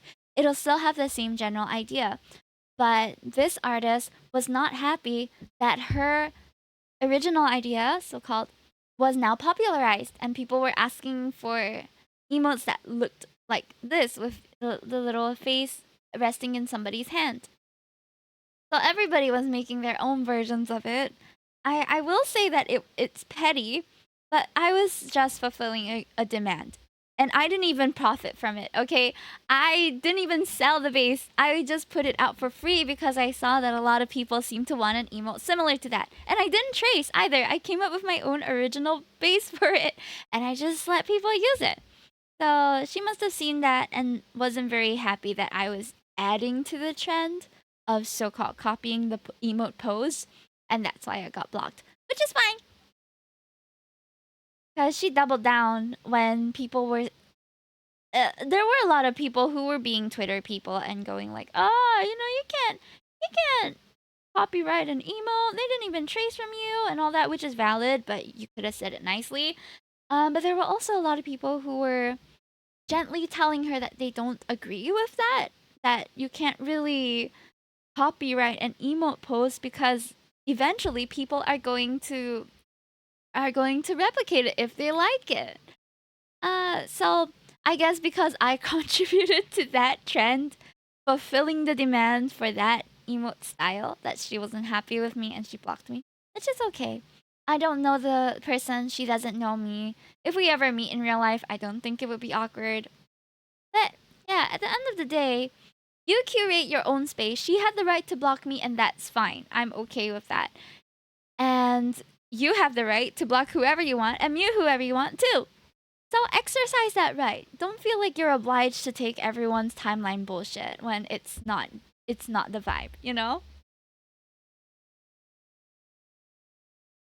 I'm not saying everyone's timeline stuff is bullshit, but most of it is quite fun. But some people are very prone to just posting hot takes, and after a while, you just don't want to hear about it anymore for a period of time. Then use the mute. They have all those options for you until Elon makes weird changes again. Ah, he's It's been a ride and a half back on Twitter over these years where Elon Musk has been in charge. It used to be better, if I'm being honest. It still used to be better. Instagram comment sections are always so odd. Social media in general is very strange. People have people feel emboldened when they aren't tied to her their own identity. And you know what? Facebook has probably proven that some people don't even care if their comments are tied to their identity or not. They just want to say things and without really thinking about whether it affects other people or whether it even makes sense. But I think it's a really interesting learning ground to see where people stand on certain things and their reasoning for it, as ridiculous as it may be. And of course, we'll have people to counter it, who take the effort to counter it. I usually don't involve myself in Facebook or Instagram comments that I don't agree with. If it's on my page, I just hide it or delete the comment. It's the definition of this Chinese saying called 吃饱没事做, which means you eat, finish, and you have nothing better to do. So you just go online with your little tippy taps, some of these people, and they just say things that don't really say things, or say things that reflect badly on their character, and think it's alright to say it for some reason. And you're like, alright. I used to have a lot of friends on Twitter. Now I don't even recognize it, and I just use it when I need to. I still have a lot of friends on Twitter, but I've never had to use the block and mute button as much as I've had to in recent years. That's for sure. I will say though, a lot of people are just on there to rage bait because you know why? If you get a big reaction, you still get engagement. There is this one particular VTuber who comes up now and then. Earlier last year, it was because she said someone stole her design, and then this year it's because she said that watching the election in the US was entertaining, and that did not go over well with a lot of people. But the thing is, it's kind of, I don't know whether it was a genuine comment or whether it was feigning ignorance in order to exchange it for engagement. But it happens, you know, people pull that because it brings in the numbers. Yuzuki says, "Aw, meet Neko, welcome in. How'd you find me?" One issue I've had plaguing this world is what I like to call superhero syndrome. People desperately want to feel like they're fighting for some cause, no matter how dumb what you're complaining about is. What do you mean by that? I feel like if you have a cause that you want to fight for, it's a good thing. Rage bait, annoying, immediate unfollow. Right.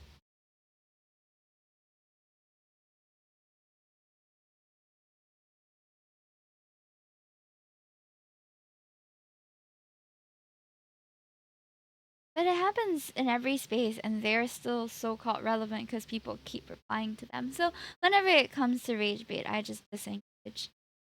I really only repost and talk about things that I feel genuinely concerned about, but most of the time I try to reply directly too. Oh, there are etiquettes when it comes to reposting and engagement on Twitter as well. Most people will prefer if it's a post they don't want others to engage in, instead of quote retweeting, they'll screenshot it to repost. And I'm fine, like, so that the other person doesn't gain traction or whatever. I don't know. Those are just the rules that I've learned over the years. Problem is that mostly seems to exist as LARPing. What is LARPing? Fighting for a cause is good. Fighting for a cause that doesn't exist, that is the problem, and God, it happens so frequent now. A cause that doesn't exist?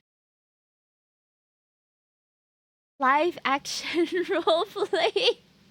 Oh wait, that's the one where you live out as the character, right? Oh, okay, I understand. So what you're saying, am I right to say that you feel that in recent years people are very performative with what they say online? Like, oh, they'll just be like, ah, save the trees, but they don't give a shit about the trees outside of the internet. Does it?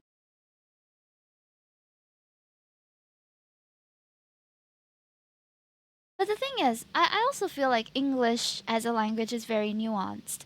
And a lot of the times, people who may not have it as a first language might not intend to come off the way they come off, but it just does. Like humble bragging and virtue signaling, these are very specific things in the English language where you kind of interpret it a certain way. But sometimes I feel like it can be attributed to just not being very well versed in the language. Like they are saying valid points, it's just not coming across the right way because of the tone, and it's taken the wrong way. You get people saying nonsense like start a revolution when they probably have trouble talking to strangers. Oh no. Yeah, okay, I can see what you mean by that. Live action roleplay. A comedian that I really enjoy who is a bit, he's not controversial to me, but he does seem to have garnered mixed response. His name is Daniel Sloss. And he talks about things on his shows. It's of course a comedy show, so it's meant for you to laugh at, but some of the humor is a little bit dark and people can't seem to take it as a joke. There was a time where he was talking about his sister, and his sister has certain conditions. And when he talked about her and her disabilities, people in the audience are responding like, "Oh, why would you say that?" And I think it's it changed my mindset a little bit when he responded to that in a way that was basically like, you the audience, we respond to certain things in certain ways because we're engineered to do that. But sometimes we don't stop to think about why we respond that way, and I think it's very relevant to the online behaviors we're seeing now. A lot of the times people see that, okay, the thing to do about this is to speak out, but not necessarily have to do anything in real life to follow up. So it does become performative because the socially acceptable thing to do, or the norm, is to at least comment on it. But do they go out and make a change? Unlikely. There's going to be a very small percentage of people who actually do something to better the causes that they say they support. So I don't think it's wrong necessarily that this is happening. It's just how we're engineered to respond to society. Even laughter is a social response. It is a way to garner acceptance. It's a way to feel like you belong to a group, and it positively reinforces you if someone laughs at your jokes and laughs at the same things as you. It is a social thing. And I think now in the online space, a lot of these performative comments are also social responses that maybe we haven't, maybe not everyone is so attuned or too concerned about meaning what they say.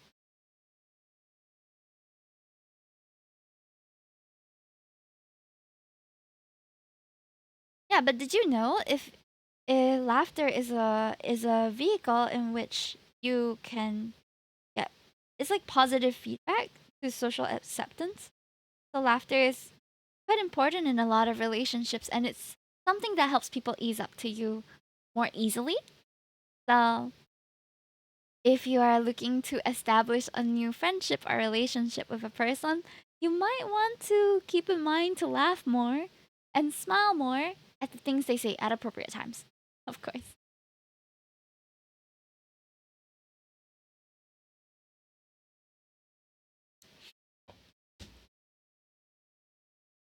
Ryuji says another syndrome plaguing the world is nurse syndrome, but then we will be going on about romantic relationships and such. Nurse syndrome? I've never heard of nurse syndrome. From what I know, nurses are very tired, underpaid, and work to the bone. And we should really appreciate them more. I haven't gone to a hospital in a long time. I haven't had the need to. That's a blessing. But they work hard. I have friends who are nurses, and it's rough out there. It really is. Global shortage of nurses, apparently. I wouldn't be surprised. It can be a very thankless job, if we're being honest. A lot of a lot of essential working jobs are very thankless, like nursing, teaching sometimes. Teaching, I would say, is even more appreciated in certain countries. In some countries, they're definitely underpaid and undercompensated. But in Singapore, at least, I feel like teachers are compensated, or at least enough for a lot of them to stay for a long time. You know what I mean? So teaching, nursing, construction is risky and a bit thankless. The type of person who approaches dating with the mindset of I can fix them, really? I feel like that has been I feel like that's been a bit more remedied nowadays compared to maybe in the past when we didn't really have a lot of resources on toxic relationships. I learned how to manage my relationships through experience, which is the worst way to do it. Because you experience the heartbreak and the difficulties and face your own toxicities firsthand. But because I didn't really have a lot of resources when I was dating or started dating, I feel like that's just how I ended up learning how to manage my relationships. I think that relationship management is something that all of us can work on. And there's always going to be a way to work on it. As long as there's someone else involved who is as complex, as intricately made as you are, with their own nuances, their own preferences that are constantly changing too. Relationships are always going to be difficult. Or not always, but there's always going to be some adjustment that needs to be needs to be accommodated, especially if you're dedicating yourself to someone for an entire lifetime. This Rexel, in my opinion, that I can fix them isn't a mentality for dating, nor is it appropriate to start a relationship aiming to change another person. Absolutely not. But what is more common, and that I think a lot of people step into relationships without really considering, is that you are in love with the idea of a person, in the potential of a person, instead of loving the person for who they are in the moment. Where you kind of hope that eventually down the line they're gonna become a certain person that they may not be in the moment. Like, oh, don't worry about this temper problem. Eventually we'll work on it together. He'll grow out of it. It's possible, but it's not likely. At the same time, it's really hard to define exactly. There's a difference between being accommodating and working together on a relationship to being toxic to being overly giving. No, and it's very, very hard to find that balance because it's very situational. It depends on the two people and their dynamic and how they started off, where they're going, whether they're on the same page even. It's hard. It's hard. Relationships are hard. Romantic ones, especially committed ones, especially. Ryuji says, I like to believe most of the time I see someone saying I can fix them, they're joking, but it's getting harder to believe that. I feel like it's being used as a joke. Would you rather your friend go, I can fix them, or they can fix me? Either way is not very healthy. For me, I would approach it as no matter what new relationship you're going into, there's going to be some areas where where there's incompatibility. There's going to be some areas where you're going to have to work on yourself and the other person's going to have to work on themselves. You can volunteer yourself as an assistant to that journey, but you shouldn't be the driver for it. Everyone should be aiming to be better versions of themselves, in my opinion. Especially if another person is involved in your life, then you should be trying to meet them in an acceptable place. In the first place, if they had a lot of unacceptable traits, you shouldn't be dating them. But those things don't always show themselves at the start of a relationship. So time and communication is key to what I think will be a successful relationship. Like you have to put in the work, especially if you know that, I mean, everyone's going through stuff, right? And you're going to have to invest in the relationship and also continue working on yourself at the same time.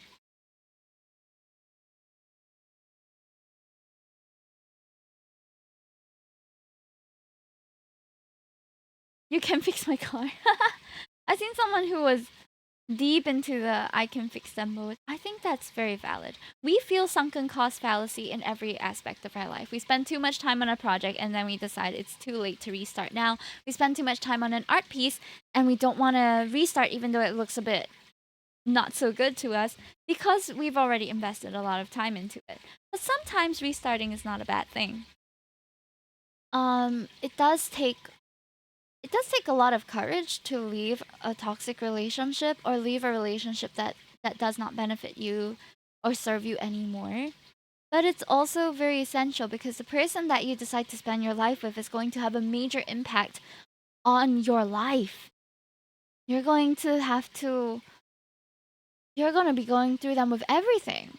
If it's not even someone you like, why would you keep it up? A more healthy way to feel that I can fix something is I want to help them be the best version of themselves. Okay, I would say that there are a few ways to go about that, and there's a healthy way and there's an unhealthy way too. Because you can also say that I want to help them be the best version of themselves is also you falling in love with the potential of them instead of loving them as the person they are now. So it really depends on your motivation.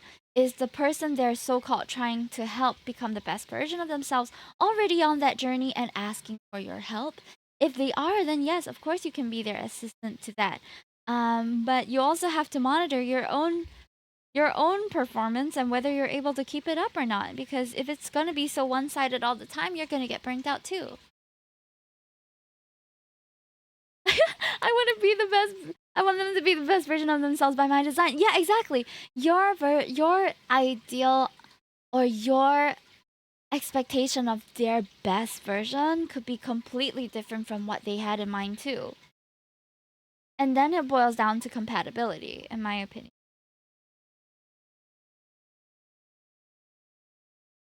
A partner that wants to support you be a better is nice. I could end up accidentally becoming too pushy, which is hard to know when's too far.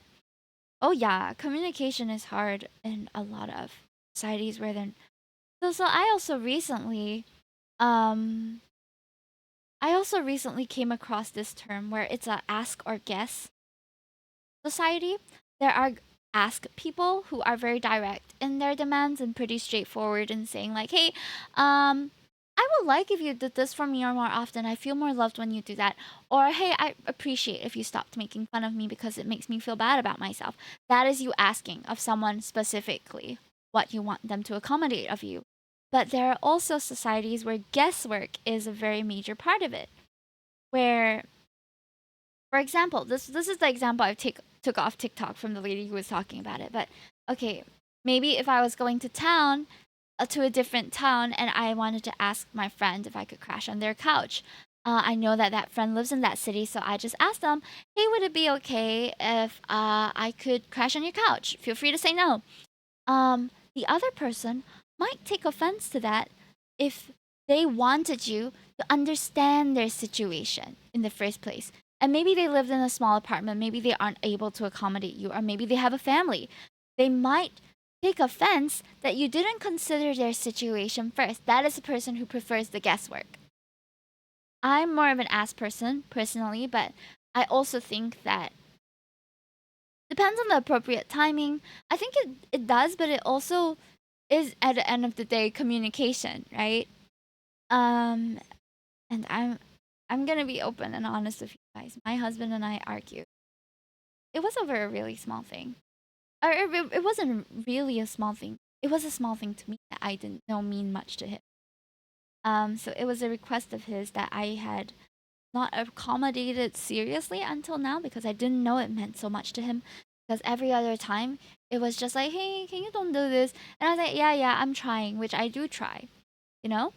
And it was to this point where he got so frustrated and he thought I wasn't trying anymore that it kind of blew up, and then we had an argument. Yeah, but somewhere along the lines of that argument, he said something where he said, "I always apologize to you first. I wish that you would know what I want instead of having to ask me all these things." So when we were mad, when he was unhappy with me, um, during dinner, he started ignoring me, and I was like, "Okay, that's fine. I'm usually the initiator when it comes to conversations like this." So I told him, "Hey, do you want to take a walk? Or do you need some time?" And he said, "No, no." But his body language was not like aligning up with what he was telling me. So there was that conflict of I'm directly asking you what you need or giving you suggestions what you need, but you are deflecting or not wanting to answer truthfully because you wish that I would know what you need in the moment. And he what I failed to realize was that I forgot to apologize. I forgot to apologize, and that was bothering him, but it slipped my mind because he seemed so angry that I was turning to every other solution in the book and not realizing that he just wanted me to say sorry first before we continued the conversation. So this continued until we got home, and eventually I had to initiate again and ask, "I don't know what you wanted of me because I tried all these other things already. I asked if you needed a walk, I asked if you needed some time. I asked all these things. And I didn't know what you want."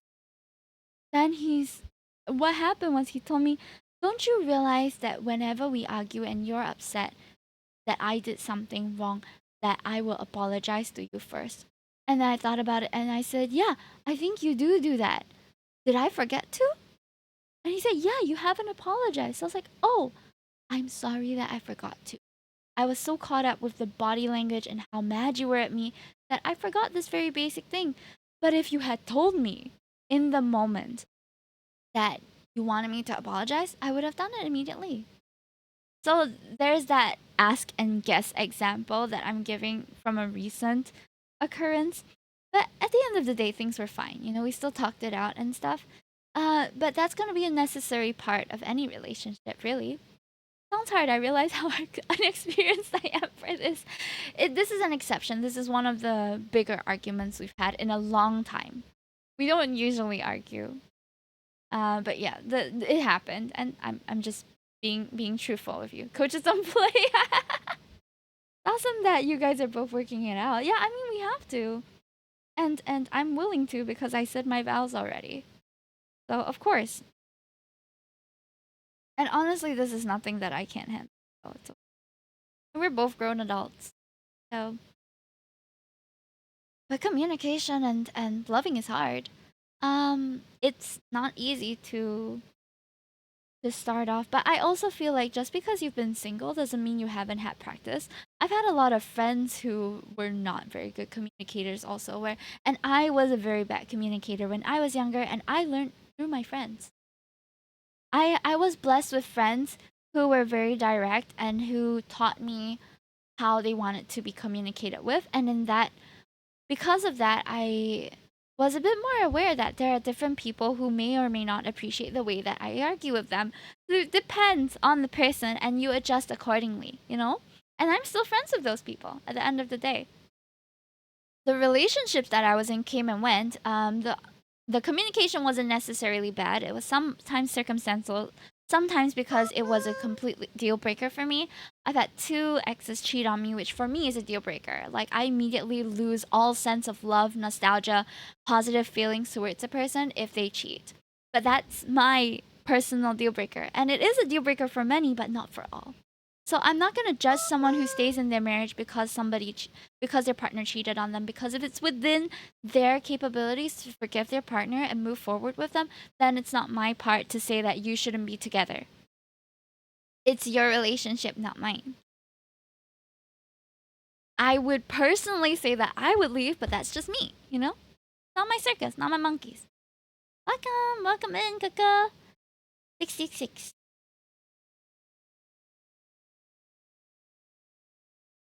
Yeah, I feel like a lot of people, a lot of us, we impose our values on other people, especially when it comes to the cheating thing. And it's a big deal for a lot of people because it can get very personal, cheating.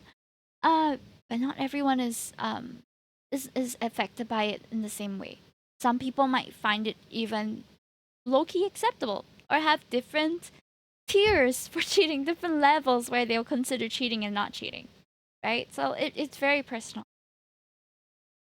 What's being shown on screen doesn't match what's being said at all. Ah! Love when that happens on streams. It's just a birthday art. Ah, you have a very cute drawing. Thank you so much, Kaka. How did you find my stream? It's a pleasure to have you here today. We're talking about relationships, which is it's a hot topic for any night, honestly, guys. I can go on about it all the time because relationships have been such a big part of my life, and I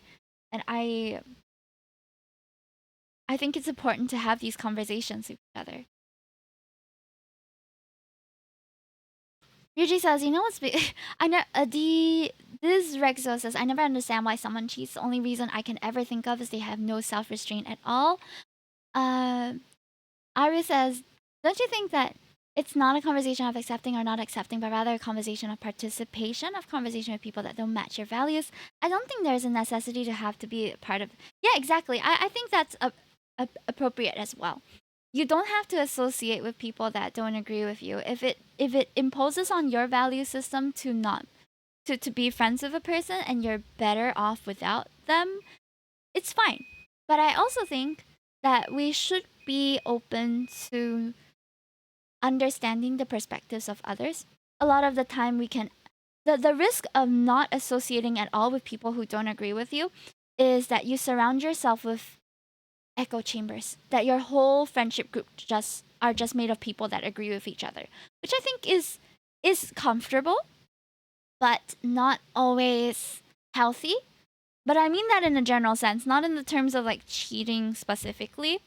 But if you just hang out with people who only have the same worldview as you, it can be very limiting. And I'm not someone who I prefer to have people of different values and different worldviews to chat with because I feel like the conversations are more interesting that way. But it takes a lot more energy to participate in a conversation like this, which I understand is not everyone's preference. Some people, some friends are just good time friends. You know, you just want to hang out. It's all love, it's all understanding, and you just want to have a good kiki. That's valid. But it's also good to have um, friend groups or at least people you associate with that have different views as well. So, especially in the place of like work where you don't get to really choose who you associate with, or sometimes with family. You don't agree with them on everything, but you can't choose your family, right? And for me, at least, for a little Asian girl, it's not easy for me to cut out my family out of my life. I think that in some cases it's healthy for you to do that. I don't personally think that my differences with my parents are world crushing to the point that I can't keep in contact with them. So I still do. Um, it depends on your personal threshold, really. Sometimes value systems of others, disagreeing with them or agreeing with them, imposes on your person as a whole. Like if you are gay and your parents don't think that being gay is right and they condemn you constantly for it and they form a very toxic environment around it because of that and that they don't agree with it, then you'll have to perform contingencies to keep yourself safe as well and to keep your sanity. But in general conversation, I think it's good to have a variety of people around you to share different opinions with, to expose yourself to more worldviews. Okay, hold on. I'm reading chat right now. Diffuses the. Okay, chat. The drawing is cute. Thank you. Iris says, like when people cheat, they can cheat, but I won't associate with people that cheat. They can cheat if they want, to, and whether I think that's good or bad doesn't matter to them or anyone else. Uh, I think that depends on your personal value system. Then, if you are someone who's got a very strict rule on cheating, then of course, if you don't want to associate with cheaters, it's totally understandable. Case by case basis, I'm not saying being among people with the same worldview. I think critical discussion is important to explain worldview. In a negative way. Okay, okay. Okay. But let me give you a situation where it's not really a negative. Not that cheating is not a negative thing. It was a negative thing. That was negative behavior, hands down. Shouldn't have happened, shouldn't be happening. But let me give you a situation that I'm currently in. In church, there is a couple with children where the husband has cheated. It is an open thing. People know. The wife decided that she is going to stay with this husband and stay with her husband and go through marriage counseling and work through his cheating tendencies. They decided to stay together and they are still together. We still go to church together. The wider church community, of course, supports their journey because they don't really believe in divorce. But in that case, it isn't necessarily affecting anyone else. Of course, said man who cheated will have limited opportunity. There were a lot less people who voted him in to be a church member or church something, but he had less votes because of his behavior, of course. At the end of the day, they're still around, and we try to get along. Cheating may be a deal breaker for me, but because cheating involves, I would just support whatever the person cheated on has decided on. If they've decided to separate, I'll respect that. If they decided that they'll stay together, I'll respect that. I don't think that I know this couple well enough, um, well enough for me to remove myself from the whole situation and all that.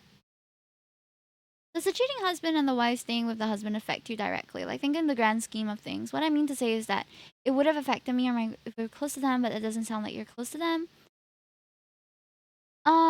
If my friend cheats, I would not agree with what they did, and if they are regretful of it, then I might still stay friends with them. It's not me who cheated, but and I don't agree with the action, but how do I put it? I feel like if you feel very strongly about cheating, then you might cut off every cheater that you find in your life. But I've come to realize, as someone who has been cheated on twice now, not in my current relationship, in previous relationships which afterwards ended immediately, um, cheating is situational, yes. I'm not saying that I'm justifying the action, but personally, I think it might be a personality problem. Okay? Because I've said this on stream before, there are going to be people who will never cheat no matter how bad things get. And there are going to be people who cheat no matter how good things are. I don't know the specific root cause of cheating, but I also know that you can cheat on someone even if you love them. It's a shitty thing. But some people are able to do that. They can love their partners and still end up cheating for whatever reason. Could be for coping. It could be a vice like smoking or drinking. People also turn to unhealthy means of coping in that way. And I'm not saying that it's justified. It's definitely hurtful, but so is every other thing that people use to cope, right? If a partner is a frequent gambler or a frequent smoker or a frequent drinker and it's starting to affect their relationship negatively, it's also a bad thing. I feel like more than just cheating can have the same negative effect. I cheat on my diet. So for me, I take it that cheating is one of those vices that can definitely be weaned off and can be worked on. Replacing a bad thing with another bad thing. Look, I've never had a problem with drugs, with smoking, with drinking, or cheating. So I don't understand what it's like to be in a difficult position and to have that. The entire premise of this conversation bothers me because it builds upon the prerequisite that cheating can even be an option. Use an extreme example, replace cheating in this conversation with drugs or even murder. Murder is irreversible. Cheating is also irreversible, but therapy for some couples can work through it. I've seen couples who so-called overcome cheating. It's not really overcoming, it's more of a reset in the relationship. But that's a whole different conversation for another day. No, I don't think you understand where I'm coming from. You can't bring a person back to life, but you can restore a relationship. Does that make sense? You wouldn't charge a murderer the same way you would charge a cheater if cheating was a crime. You can uncheat the person, yes, but the person is still alive and they can still work through it, or you can work on yourself. I'm not saying that. I basically don't think that cheaters should be put to death. Does that make sense? I don't think it's the same. I'm attacking your argument. There's a better way for you to bring this argument. Okay. Which is fine. You have a very strong opinion on cheating, and that's all right. I really dislike cheating, and it's an instant. Yet, same as Ryuji, it's an instant deal breaker for me. It's not going to be a deal breaker for everybody, and I just respect that if you decide to forgive the person, that's on you. I personally can't forgive my partner if they cheat on me. But if someone else cheats on their partner and they decide to work through it together, it's none of my business. It's none of my business.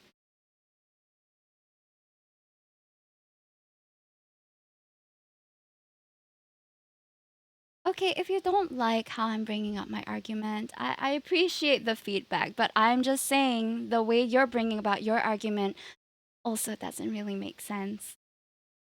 And compare cheating to exactly. So that's just what I'm saying. I'm just responding as the chats come in, and I apologize if I'm neglecting the art as we go. I did want to change to singing soon, so we might do that in a bit. Yeah, I think we should all calm down a bit here. I'm not sure what worked you up this much and why you think I'm presenting my art. This is Monday Art Chill. We are Art Chill. We may have explored more serious topics, but at the end of the day, this is a hangout. This place is not a place for debate. I'm not presenting pointers in where I'm trying to have a parliamentary argument.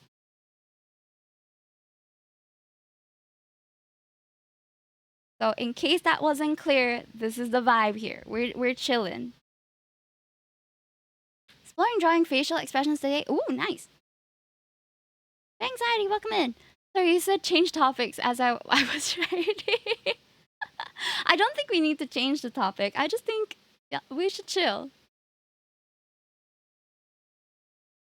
I'm not trying to elevate anything. I'm not worked up at all. I just type like this. Sorry, let's end this here then. Oh, you type like an attorney. It does come across a little bit aggressive, but it's okay. I'll take your word for it. All's good. Get blue pen. Wait, what's blue pen? What's your favorite cereal? Oh, I love Banana Nut Crunch by Great Grains. It's one of the more expensive ones. I've recently found some replacements for it, if that makes sense. Like I found another cereal that it also has dried banana bits and like the cereal texture that I like. Oh, I just had a Cocoa Crunch bar earlier this morning. I bought it. I realized it's too sweet for me though. The Cocoa Crunch bar in particular. The Cocoa Crunch cereal is delicious. The bar on the other hand is so sweet. And I don't know if it's just my old lady taste buds kicking in, but oh man, those things are so sweet. Never heard of the bar? Okay, hold on. Let me see if I can find a photo after this. Probably doesn't exist here. I think there should be. Hold on. Let me look for it.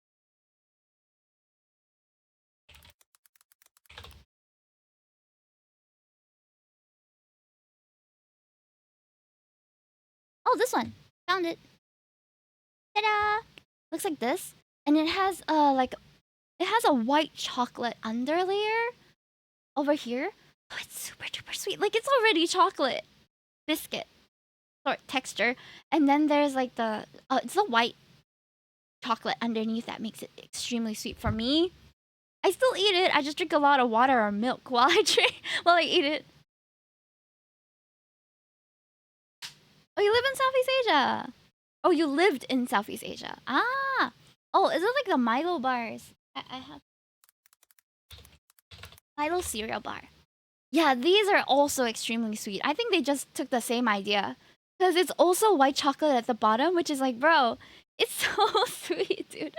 I would crush it up and put it inside a bowl. It would add the chocolate would add a little extra sweetness to the milk. I think it'd be nice. Maybe we'll try it one day. We'll just crush up a Milo bar or crush up a Cocoa Crunch bar and have it in milk. Maybe that'll be my favorite cereal. Not the conventional cereal. You gotta mix it and do a little hands-on for it to be my favorite.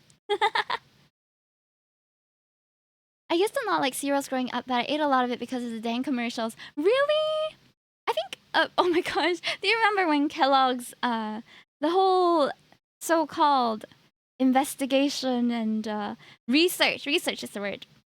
Research into how cereals are super good for you, but it's all sponsored by the brands, and it kind of removes credibility of the studies. I like eating spoonfuls of it. Let me show you. Banana, my favorite. This one, it has little banana bits in there, which are delicious. It almost tastes like granola. I like a bit of a chewiness to it. There's also this cereal, which is really good. I know you asked for my favorite. I just have a lot. Okay. This one. Oreo O's, but specifically the ones with marshmallows, not the ones with just white pieces. I like this ones, the one with the little marshmallow bits. They're so good. I think they're freeze-dried marshmallows. It's kind of like Lucky Stars, but without the Fruit Loopy taste because it's all just Oreo taste. I prefer a pretty like a standard flavor. You know what I mean? Fruit Loops is yummy, but confusing my tongue sometimes. I prefer. I think when I crave things, I usually prefer like specific things. I want Oreo Oats, or I want Cocoa Crunch, or I want Milo. I never go. I want a mix of cereals. I want Fruit Loops. I want the whole variety. But that's just me. I don't really crave variety. I crave singular specific taste. Cereal documentaries? Have there been documentaries on cereal? That's crazy. Oh, I have not tried Cocoa Crunch mixed with Frosties. What does that taste like? I've never mixed my cereals in my life. Except with milk, I guess. Here's the important one. Cereal first or milk first? I put the cereal first, but I just prefer the cereal to be completely submerged in the milk. That's just my preference. I also feel like it's a bit easier to put the cereal first and then fill up the gaps with the water than with the milk than the other way around. Cereal craving now. Oh man, should we eat a bowl of cereal together, chat? I think I have some cereal in my pantry. I feel like eating spoonfuls of it or adding to vanilla ice cream. Oh yeah, cereal makes for really good ice cream toppings. To me, I like it. That's true for most US food stuff. Oof.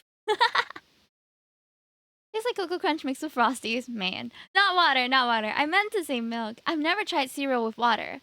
Maybe I'll try it with that Cocoa Crunch bar since it was so damn sweet. Oh, I recently had what do you call it? I'm gonna transition over to our karaoke screen in a bit. But I recently tried what do you call it?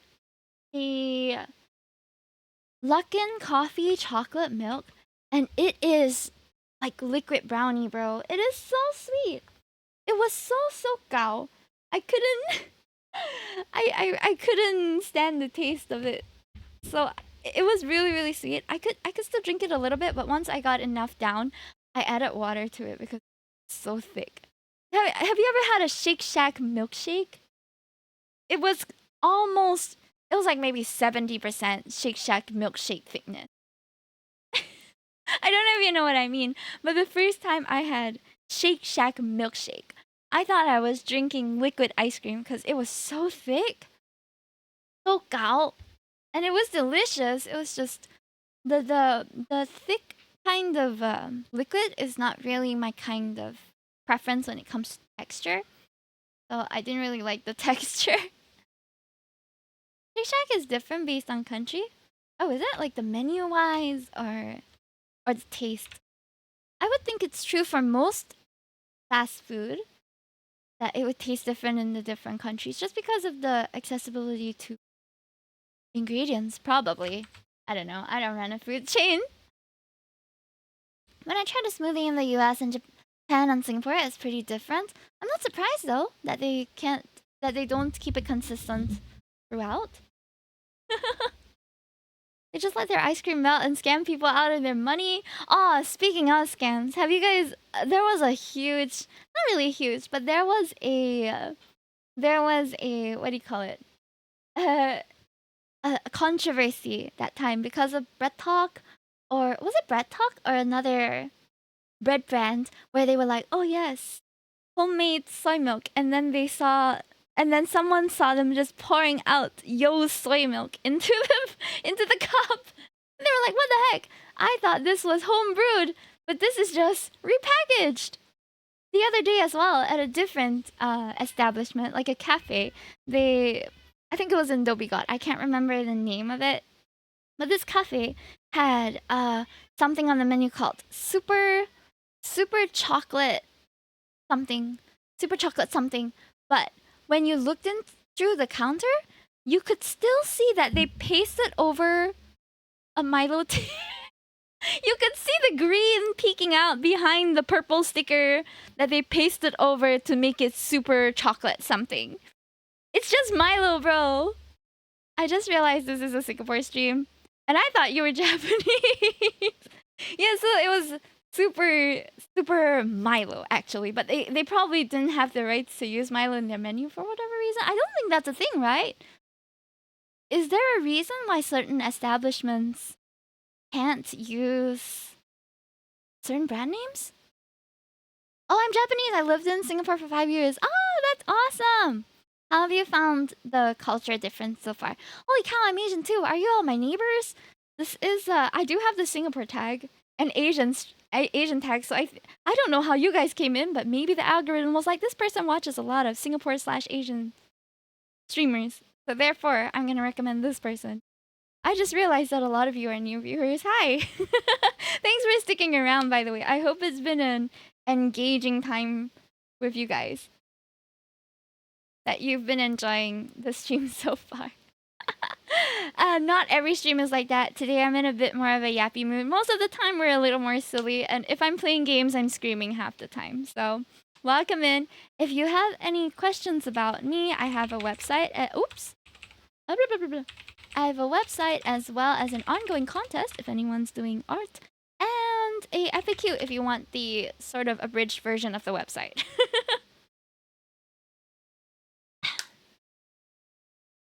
I was in Singapore for the entirety of my primary school, so it's been a long time. I basically learned English in Singapore. That's awesome! Yeah, I do have an art contest ongoing. It's until April. It's gonna decide my next outfit in the future. So there's cash prizes, and if you like to design different outfits, like please join it. Peace. Okay. It's been a fun, relaxing time, relaxing after work. Oh man. I'm gonna be honest, chat. I kind of wasn't looking forward to streaming. But this is just okay. It's I think because I've done streaming for about 4 years now. This year's gonna be the fifth, and it's kind of become a part of my life, a part of the daily grind a little bit too. Which I enjoy this more than work any day for sure. But there are some days where I feel more tired, more more not so motivated to talk maybe. When I started stream, I just woke up from a nap, and then we started talking about my dreams that I had while I was sleeping. When else are you having dreams, right? And then we just kind of went off from there. I didn't think that I'd be ready to talk today, but you never know. That's why I stream regardless whether I feel like it or not, unless something major happens. Then I try to, or I'll postpone stuff if more important things take precedence. I like watching artwork streams, love seeing different art styles in general, and I think you look really cool and chill here. I'm glad that you enjoyed the stream. You can follow me on my socials if you want to see more of my work and how it's completed, because I didn't complete any work today. We just ended up doing the line art, which is also progress, but you know. No worries. I didn't mean to get. Wish you a wonderful day or night. Good night, chat. Good night, Aricha. Well, thank you so much for coming in. We are gonna switch categories in a bit though, so for those of you guys who've never been to my streams, there are nights where I just feel like singing. And tonight is one of those nights after attending YOASOBI's concert that I want to give some of their songs a go. I might butcher the lyrics. I apologize. I do not really speak Japanese. I just sing it because I like the songs. Yeah, but we're gonna do some karaoke. Idol is gonna be Idol is gonna be interesting. Like it's like trying to leave the house, you don't feel like going, but then you go and you just can't stop. I was just telling my husband this. It's like I would cry or break down sometimes before meeting friends because I was so tired and I just didn't want to leave the house. But then I get out of the house anyway and I have a wonderful time. It must be a little bit disorienting for him to see me break down now and then. It's like, I don't want to stream, I don't want to stream. And then I turn on stream and then I'm in stream mode and we have an amazing time. Oh yeah, but if you want, I'm also live on YouTube so you can catch me there if the ads pop up. Yeah. Yeah. Sometimes life is just like that, you know? You just gotta do the shit you don't initially want to do and then maybe you'll enjoy it, who knows? But I've always been like that, even when I was younger.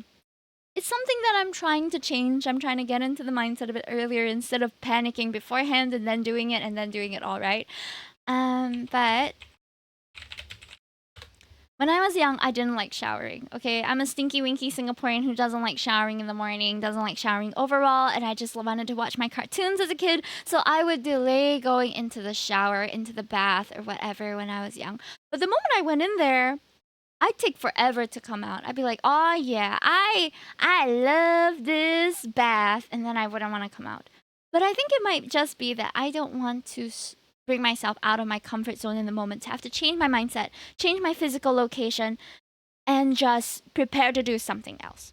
Sometimes when you're in the zone, you're in your comfort zone, you just don't want to move. And that can be dangerous. I'm not saying you don't take any chill days, but most of the time, if there's stuff you have to do that you should be doing, then maybe you should just go do it. Just like Nike says, just do it. Alrighty, so I'm going to head on over to our little Himi's bedroom here. We're gonna turn on some reverb.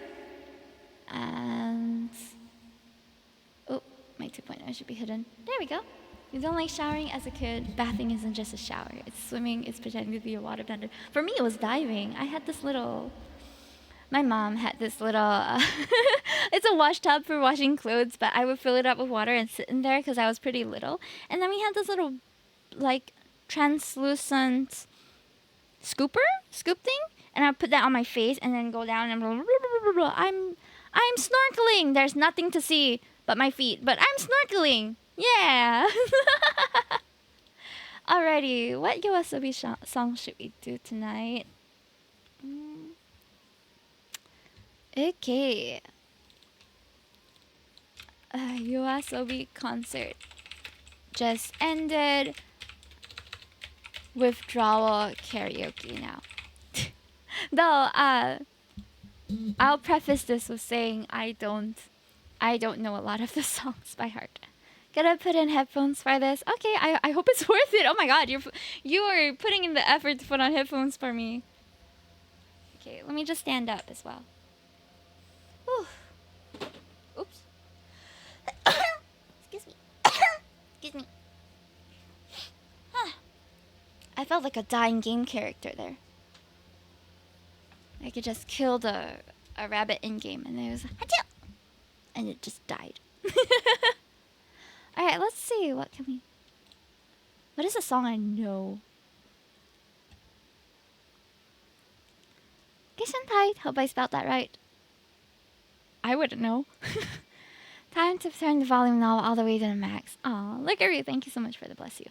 I will try, but I don't remember all the songs and perfect timing, so it's just a chill one. You're not watching a professional, okay? And with that disclaimer, we're gonna begin. We're gonna start with one of the songs that they started for their concert, and I love this song so much. Can you hear it? Tabun. 涙流すことすらないまま過ごした日々のあた一つも残さずにさよならだ I might have blown out my voice already 一人で向かって朝に鳴り響きだけの音二人で過ごした部屋で目を閉じまま噛んじゃってた悪いのは誰だわかんないよ誰のせいでもない多分僕らのなんてだってきっとそうなんだってきっとさよならと共に終わるだけなんだ仕方がないよきっと恋り思いはずっとぼれた言葉は違うな Maybe we should change it to like Monday YOASOBI withdrawals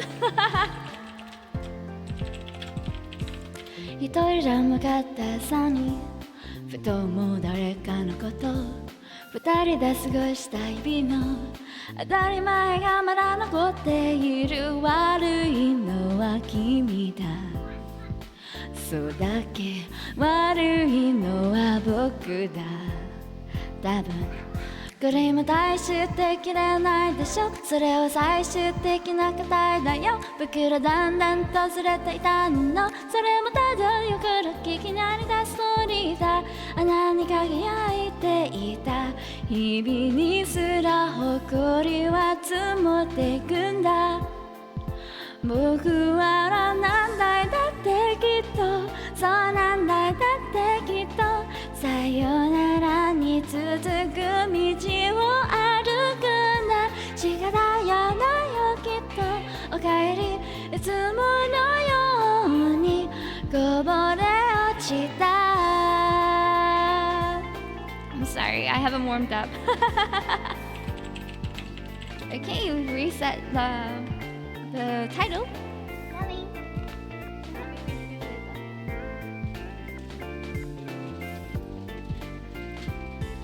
分かり合えないことなんてさ、いくらでもあるんだきっと。全てを許し合えるわけじゃないから、ただ優しさ日々を辛い日々と感じてしまったのなら戻れないから。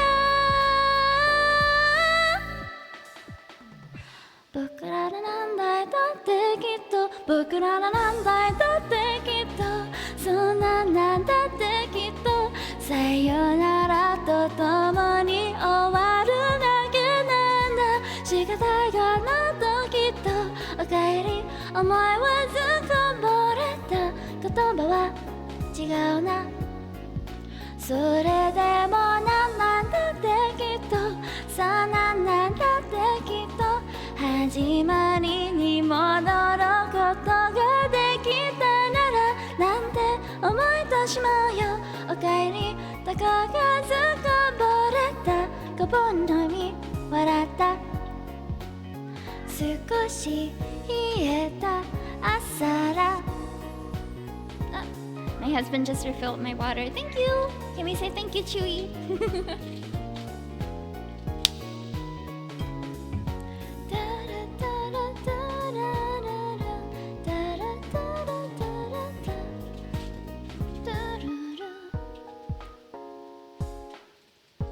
There are lots of YOASOBI songs that I have not sang live yet, so I will try a couple today, but I appreciate if you don't have too high expectations for this. Hi, Sylvan Tree, welcome in. Next up, Yoru ni kakeru. Thank you, Victor, for the dancing emojis and all the emojis on YouTube and on Twitch. Thank you, Chewy. Yeah, husband just redeemed IRL. Hydrate, yes.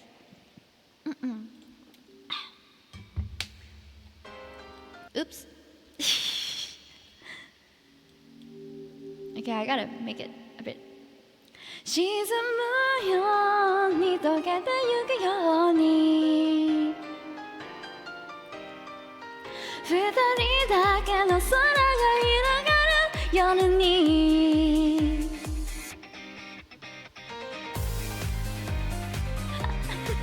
I love this song too.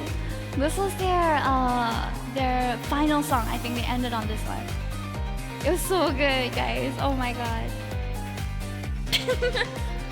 さよならだけだった、その一言だ、全てが分かった。日々沈み出した星空と君の姿、フェンス越しに重なってた。初めて会った日から僕の心の全てを奪った。どこか儚い記憶をまとう君は寂しい目をしてたんだ。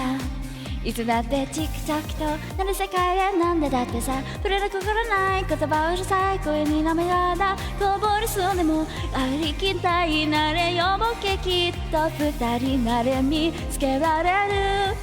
探し日々に笑えない君に思いつく限り眩しい明日を明けない夜に落ちけ夢の前に僕の手を掴んでほら、忘れてしまいたくて閉じ込めた日々の抱きしめたぬくもりで溶かすから怖くないよ、次日が昇るまで二人でいよう。I forget how little I can breathe in this song.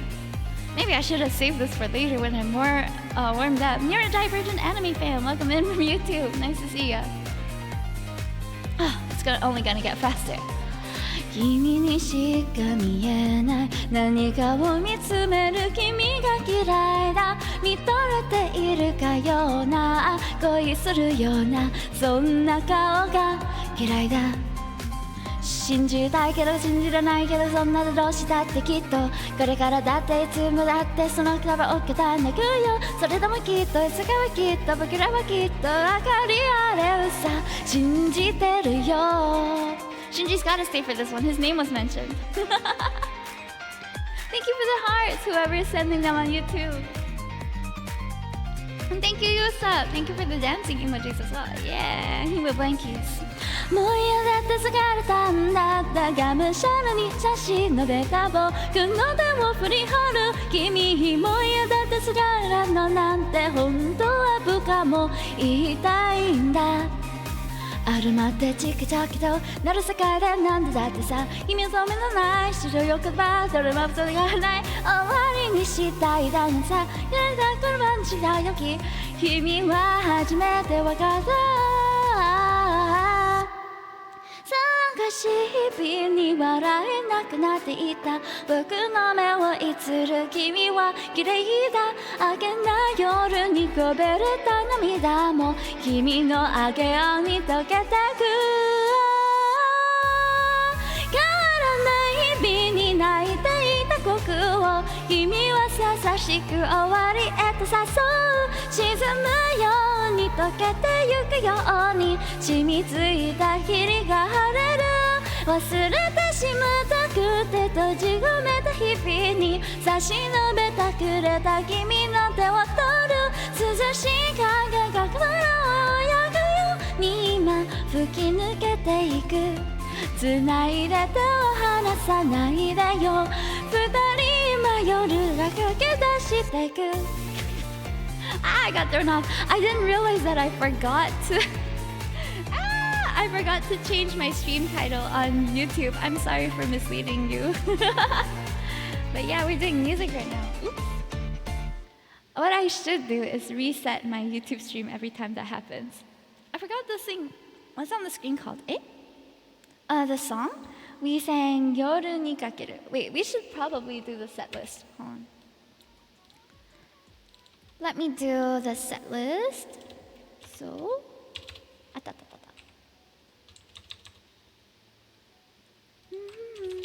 just now we sang. What did we sing? I forgot. Let me go back. Tabun. Tabun. Yeah. Oh, my kitties are singing along with me today. Yoru. Okay. Yoru ni kakeru. Okay, there we go. That way people know which ones we've already sang. Okay, do you guys want the, what do you call it? Do you want the special effects where I zoom in and out?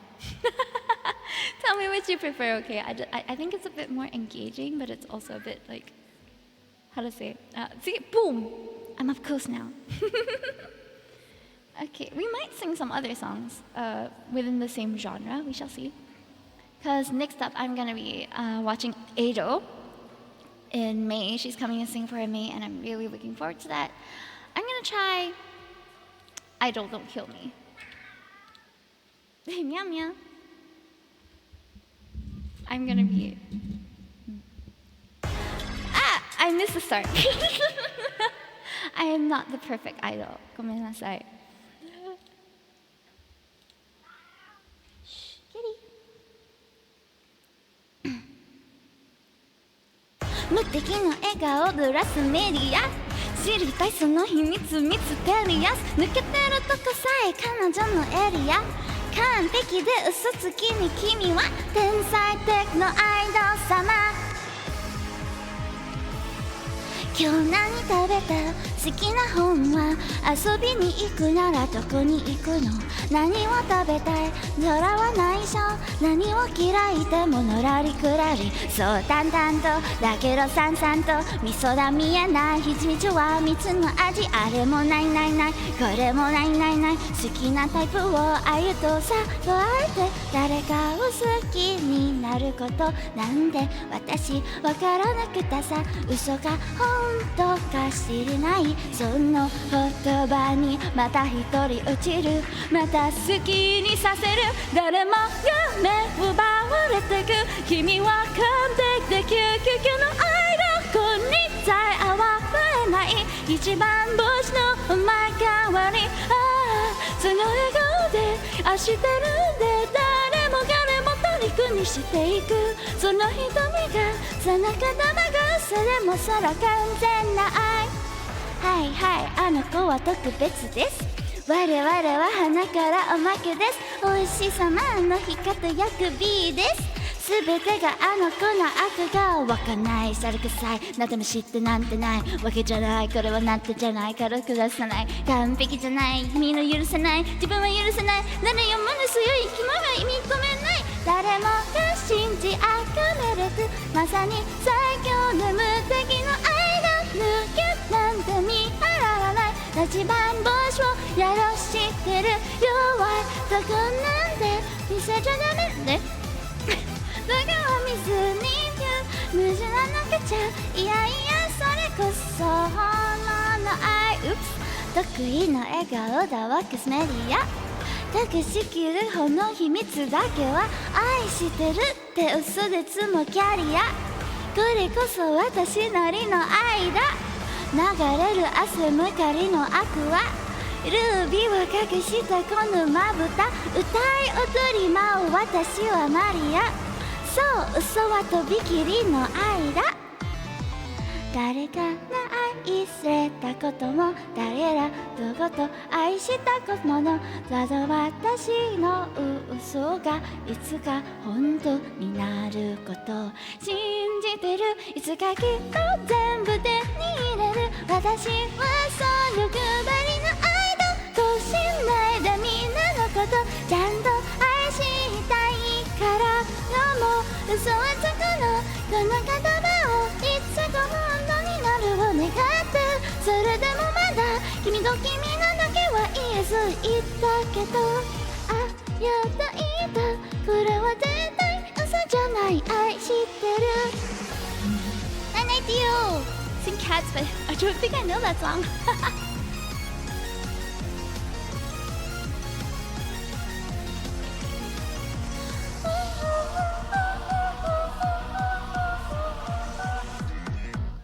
such a good song. Okay, what else do I know? I don't think I know all of them, but where's the one on? Hold on. I think Future. Is it? Undead?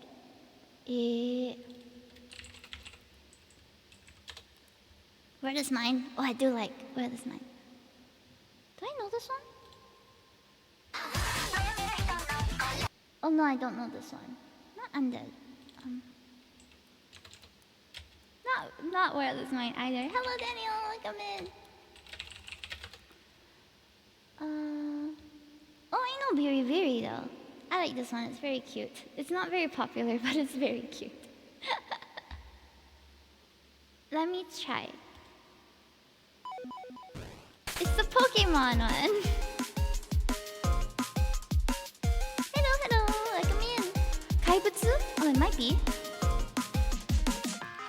はじめましてしたてからずっと待っていた炎がこめたたいたキラキラその目やだでかりの見たんだ光がこの大地を歩いて新たな出会いに触れるきっと見つけてせる君系のジュエルその傷を全部張り合う赤は森のり色とりどりだから探し山により道平和さらがう空じゃあ一緒に 3, 2, 1君が決めた今日は幕が上げた Let me so let me feel ドキドキがもう止まられない磨けずんだが一撃をビリビリと今狙い定まってキピーさあピカピカピカミリオンの瞬間をかけるのよ5リミリミよビリビリと今君と信じりを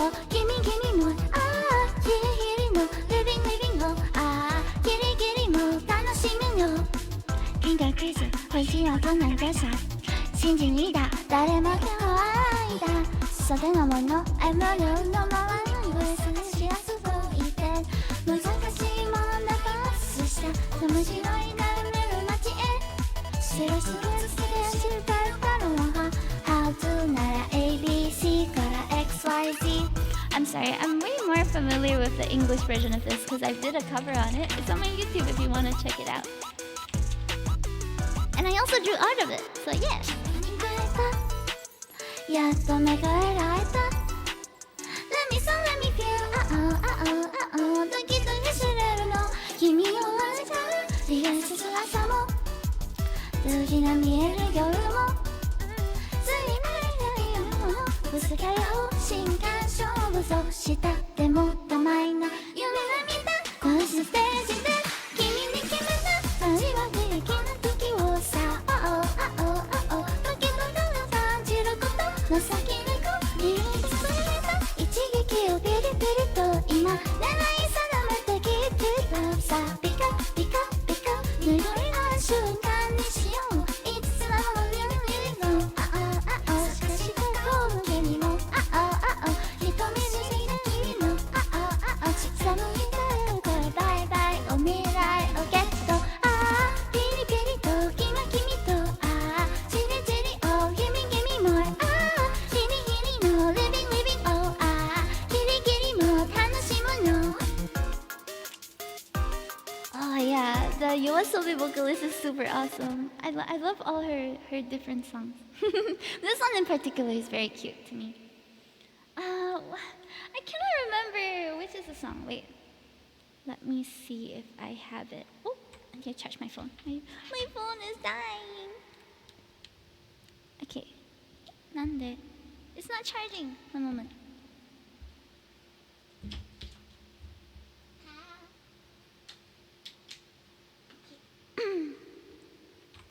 We can try. Oh, this one's gonna be hard though. It's the it's the B-Stars one. I probably need the lyrics. YOASOBI monster. No guide melody? Can I keep up?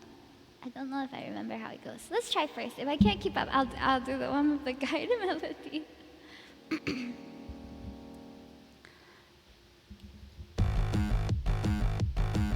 街に食べか笑う声も見送りしてるだけのスクリーンモンさ気が古そうだクラクラすらほどのいい匂いがツンと刺した鼻の奥目を覚ましゃうほどの甘くは誰の番だこの世界で何ができるのか僕には何ができるのかただその真っ黒な目から涙こぼれ落ちないように姉が未来ねなんででもずっと食らいつくこの間違いだからの世界の中君には笑ってほしいからもう誰もやっつけない強くなりたいんだよ僕が丸をいられるように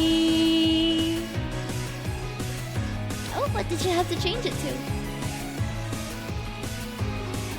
素晴らしく世界を今日も安泰街に渦巻く笑う話も知らないふりしてもしらした正気の沙汰じゃないが真面目のキザだ腰鳴らす愛しろが挟む行き境消えない味が染みついている上ぐわの世界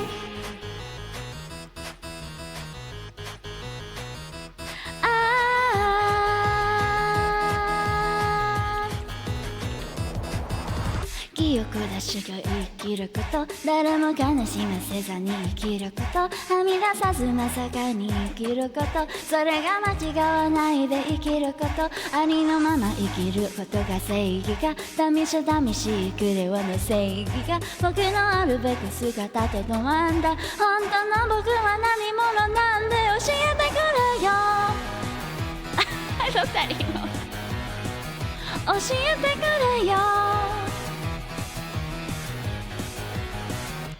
今日も答えのない世界の中で願ってるんだよ僕だからといつまでも君とただ笑っていたいから跳ねる心臓が体揺らし叫ぶんだよ今こそ動こそ出せ弱い自分は何度でもずっとくらいつくこの間違いだからの世界の中君には笑ってほしいからもう誰の仲ないよ強くなりたいんだよ僕が僕のいられるように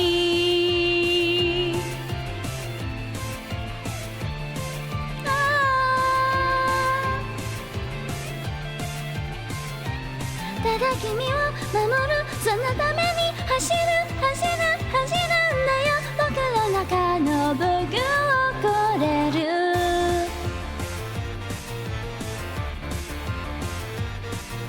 This one's so good, it's so fun to sing too. Okay, so now I know I can catch it. I think that was my first time being okay with how I sang that. Okay. Baby. What was the other one we sang? Do you remember?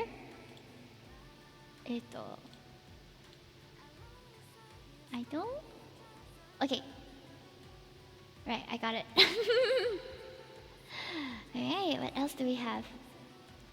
Encore? No. Love letter?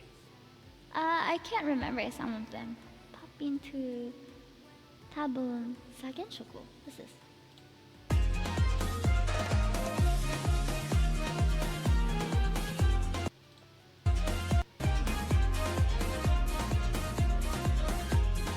Sorry, I'm trying to catch some of the songs. Did I know this one?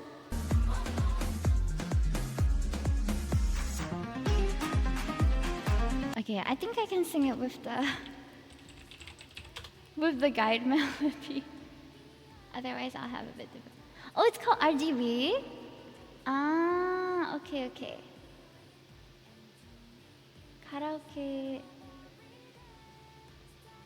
Karaoke lyrics? Okay. Okay, I've heard it, but I don't know if I've sang it before, so I need her to sing with me. Ah! Wait, where is it? Where's her voice? Ah! Matete. Please wait. Okay, I kind of know how it goes. One moment.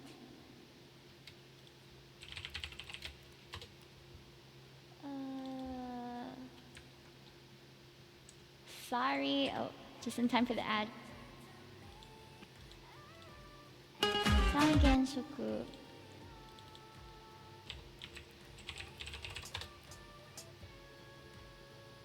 Okay, let's try this one. I will try with this one. I think it's a lyric video. どくらで取り上げた物語僕らもう一度その先へ誰が本当と晴れてしまってもほらすがれている Okay, I need a recap on how it goes. Because I've never sang this song before.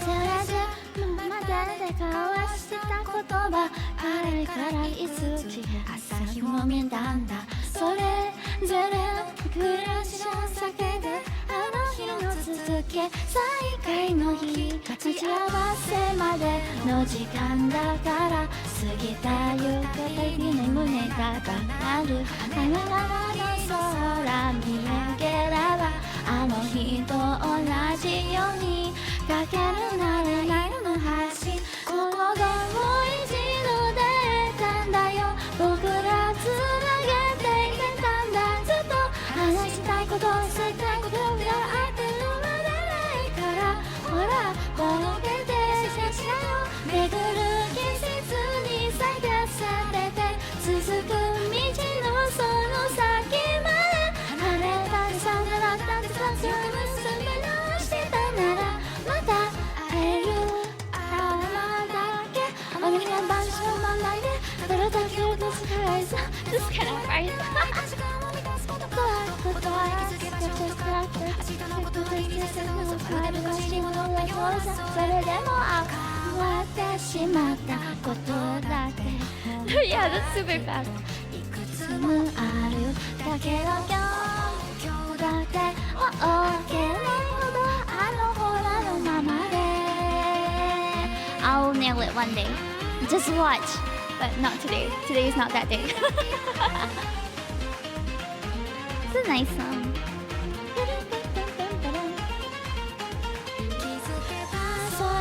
白み始め疲れ果た僕らの旗を触れるほのかな暖かさあの人の同じようにそれぞれの日々が消えるあれここまで歩いてきた道はそれぞれ違うけど同じ朝の日に今さらされなるまた重なり合えた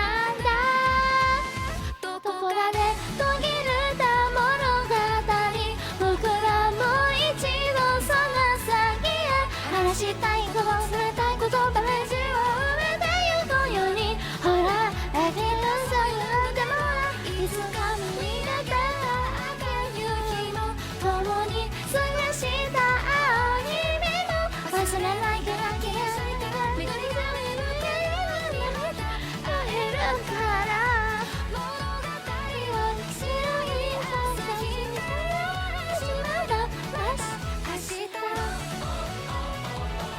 I'll catch it one day. I gotta practice this one more. But thank you for the encouraging words.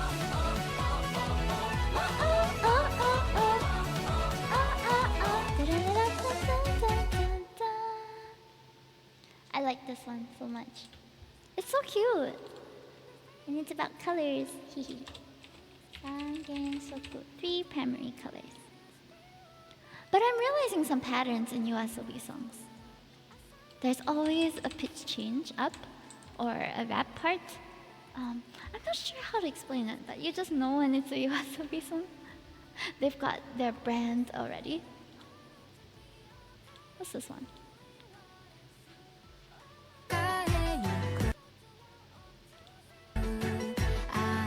Oh, I think I know this one. Encore? But we'll just try it.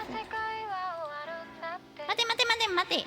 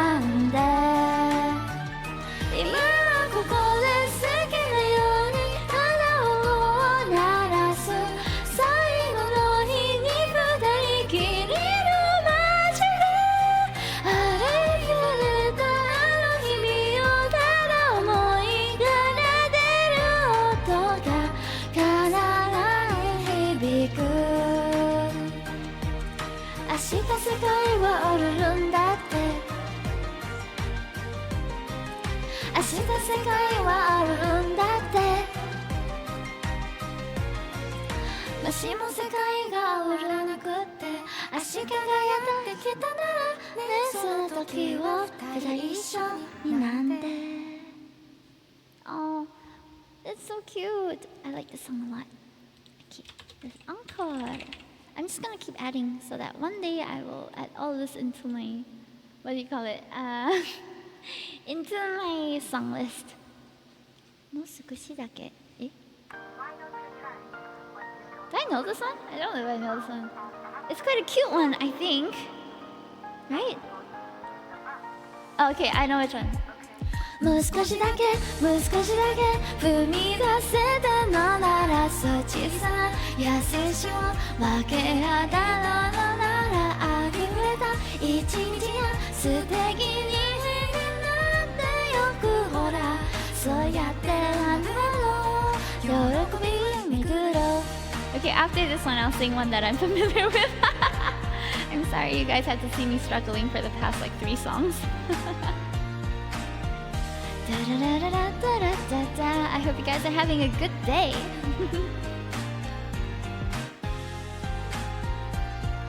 私が好きな朝にいつも通り好きな朝に頼まれたお使いとよってだから君が知りたあてそしたら言わないの言葉いつもしないことはだってそのことを休みに終えたままいつもの距離もう少しだけもう少しだけ踏み出せたのならもう少しだけあと少しだけ優しく会えたらあふれた一日も素敵になってゆくようなそんな気がしたんだ今よ心にけろ暗闇のさ流れる朝に夜道で進んでいき朝に自分はいらない存在なんてから朝にあなたの苦労を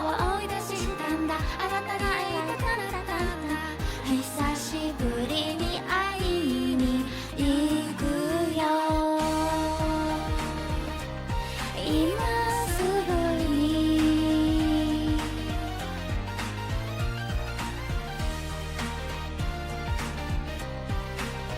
Oops, sorry, my tracking got lost for a bit because I looked away. 待ちに待ったそんな朝に思いをすぎる朝にいつもよりも早く家を出る恋に触れただけの優しさが私の優しさに変わったんだほら喜びは巡るもう少しだけもう少しだけ踏み出せたことがもう少しだけほんの少しだけ優しくなれたら溢れた一日もどぶやぶな一日にほら枯れくれたんだけど今日はあなたから私へと思いが伝わる素朴から君の花喜ぶが昼が溢れた毎日から踏み出した優しさが今誰かにぼやけと巡り続けるんだずっと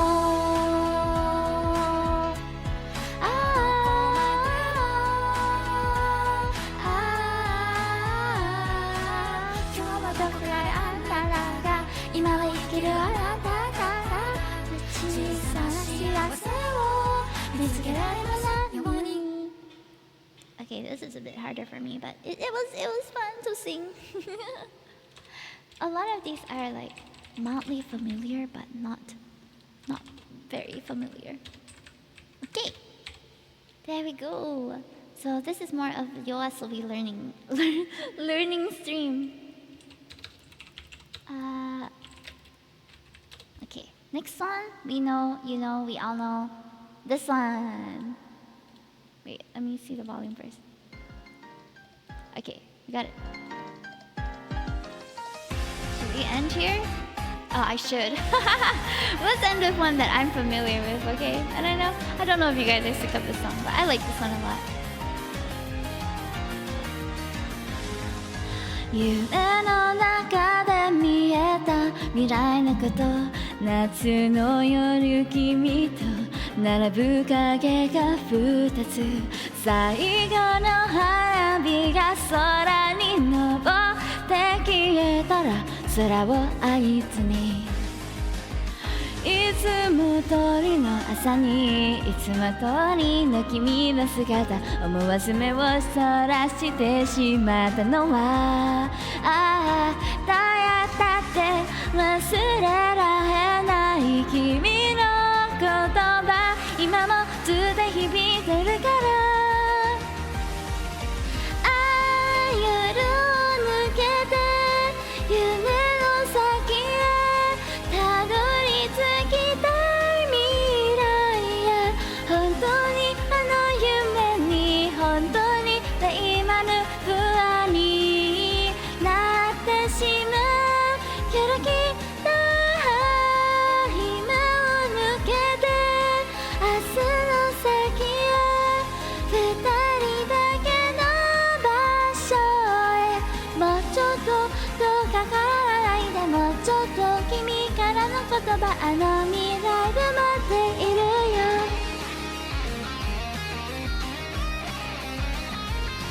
Thank you for joining me today, whether it was for the art, for the music, or whatever it is. I appreciate you so much.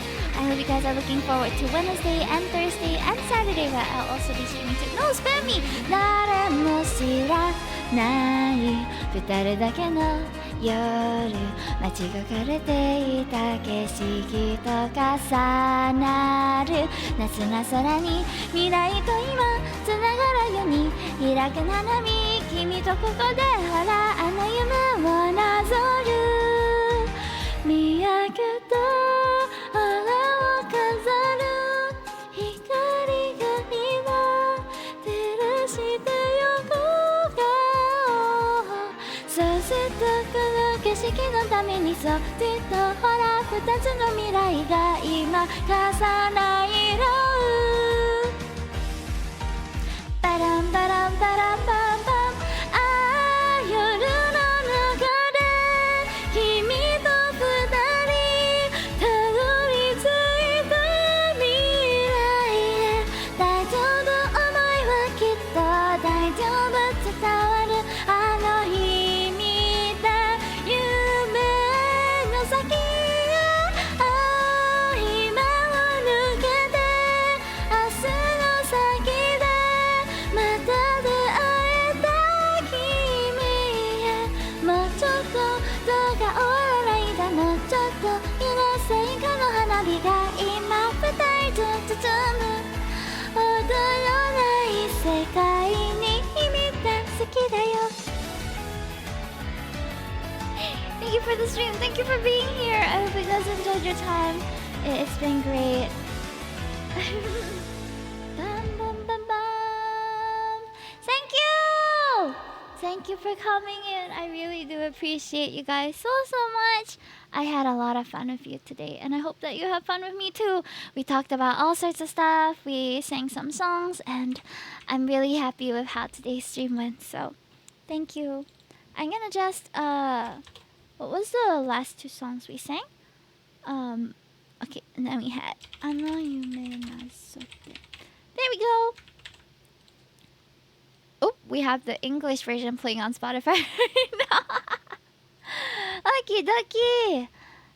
Thank you for the karaoke. Thank you for being around. I really appreciate you guys. I hope you all don't mind that I do this kind of like mixed bag sort of streams most of the time. I said I would do art, and then I end up jumping into something else. Like, I am sorry. I'm sorry. It was amazing. Thank you so much, Troy. I'm glad you liked it. Desdemona, thank you so much. My precious espresso. Can we get a shout out for Desdemona before we go as well? And I'm gonna just quickly see if we can find someone to read. Oh. This is always the awkward part. It's like I don't know how it's like. It's like when you say bye and then you end up going in the same direction. That's what it feels like. Ah! Ada. Aw, okay. Well, I can be a bunny before we end. That's fine. That's fine. This will be what you see in your dreams tonight. Hey! Yeah. Okie dokie. I know if any of my friends are playing. Matte, matte. I'd stream, I swear. Yeah. Bunny jump scare? That's me! Yeah!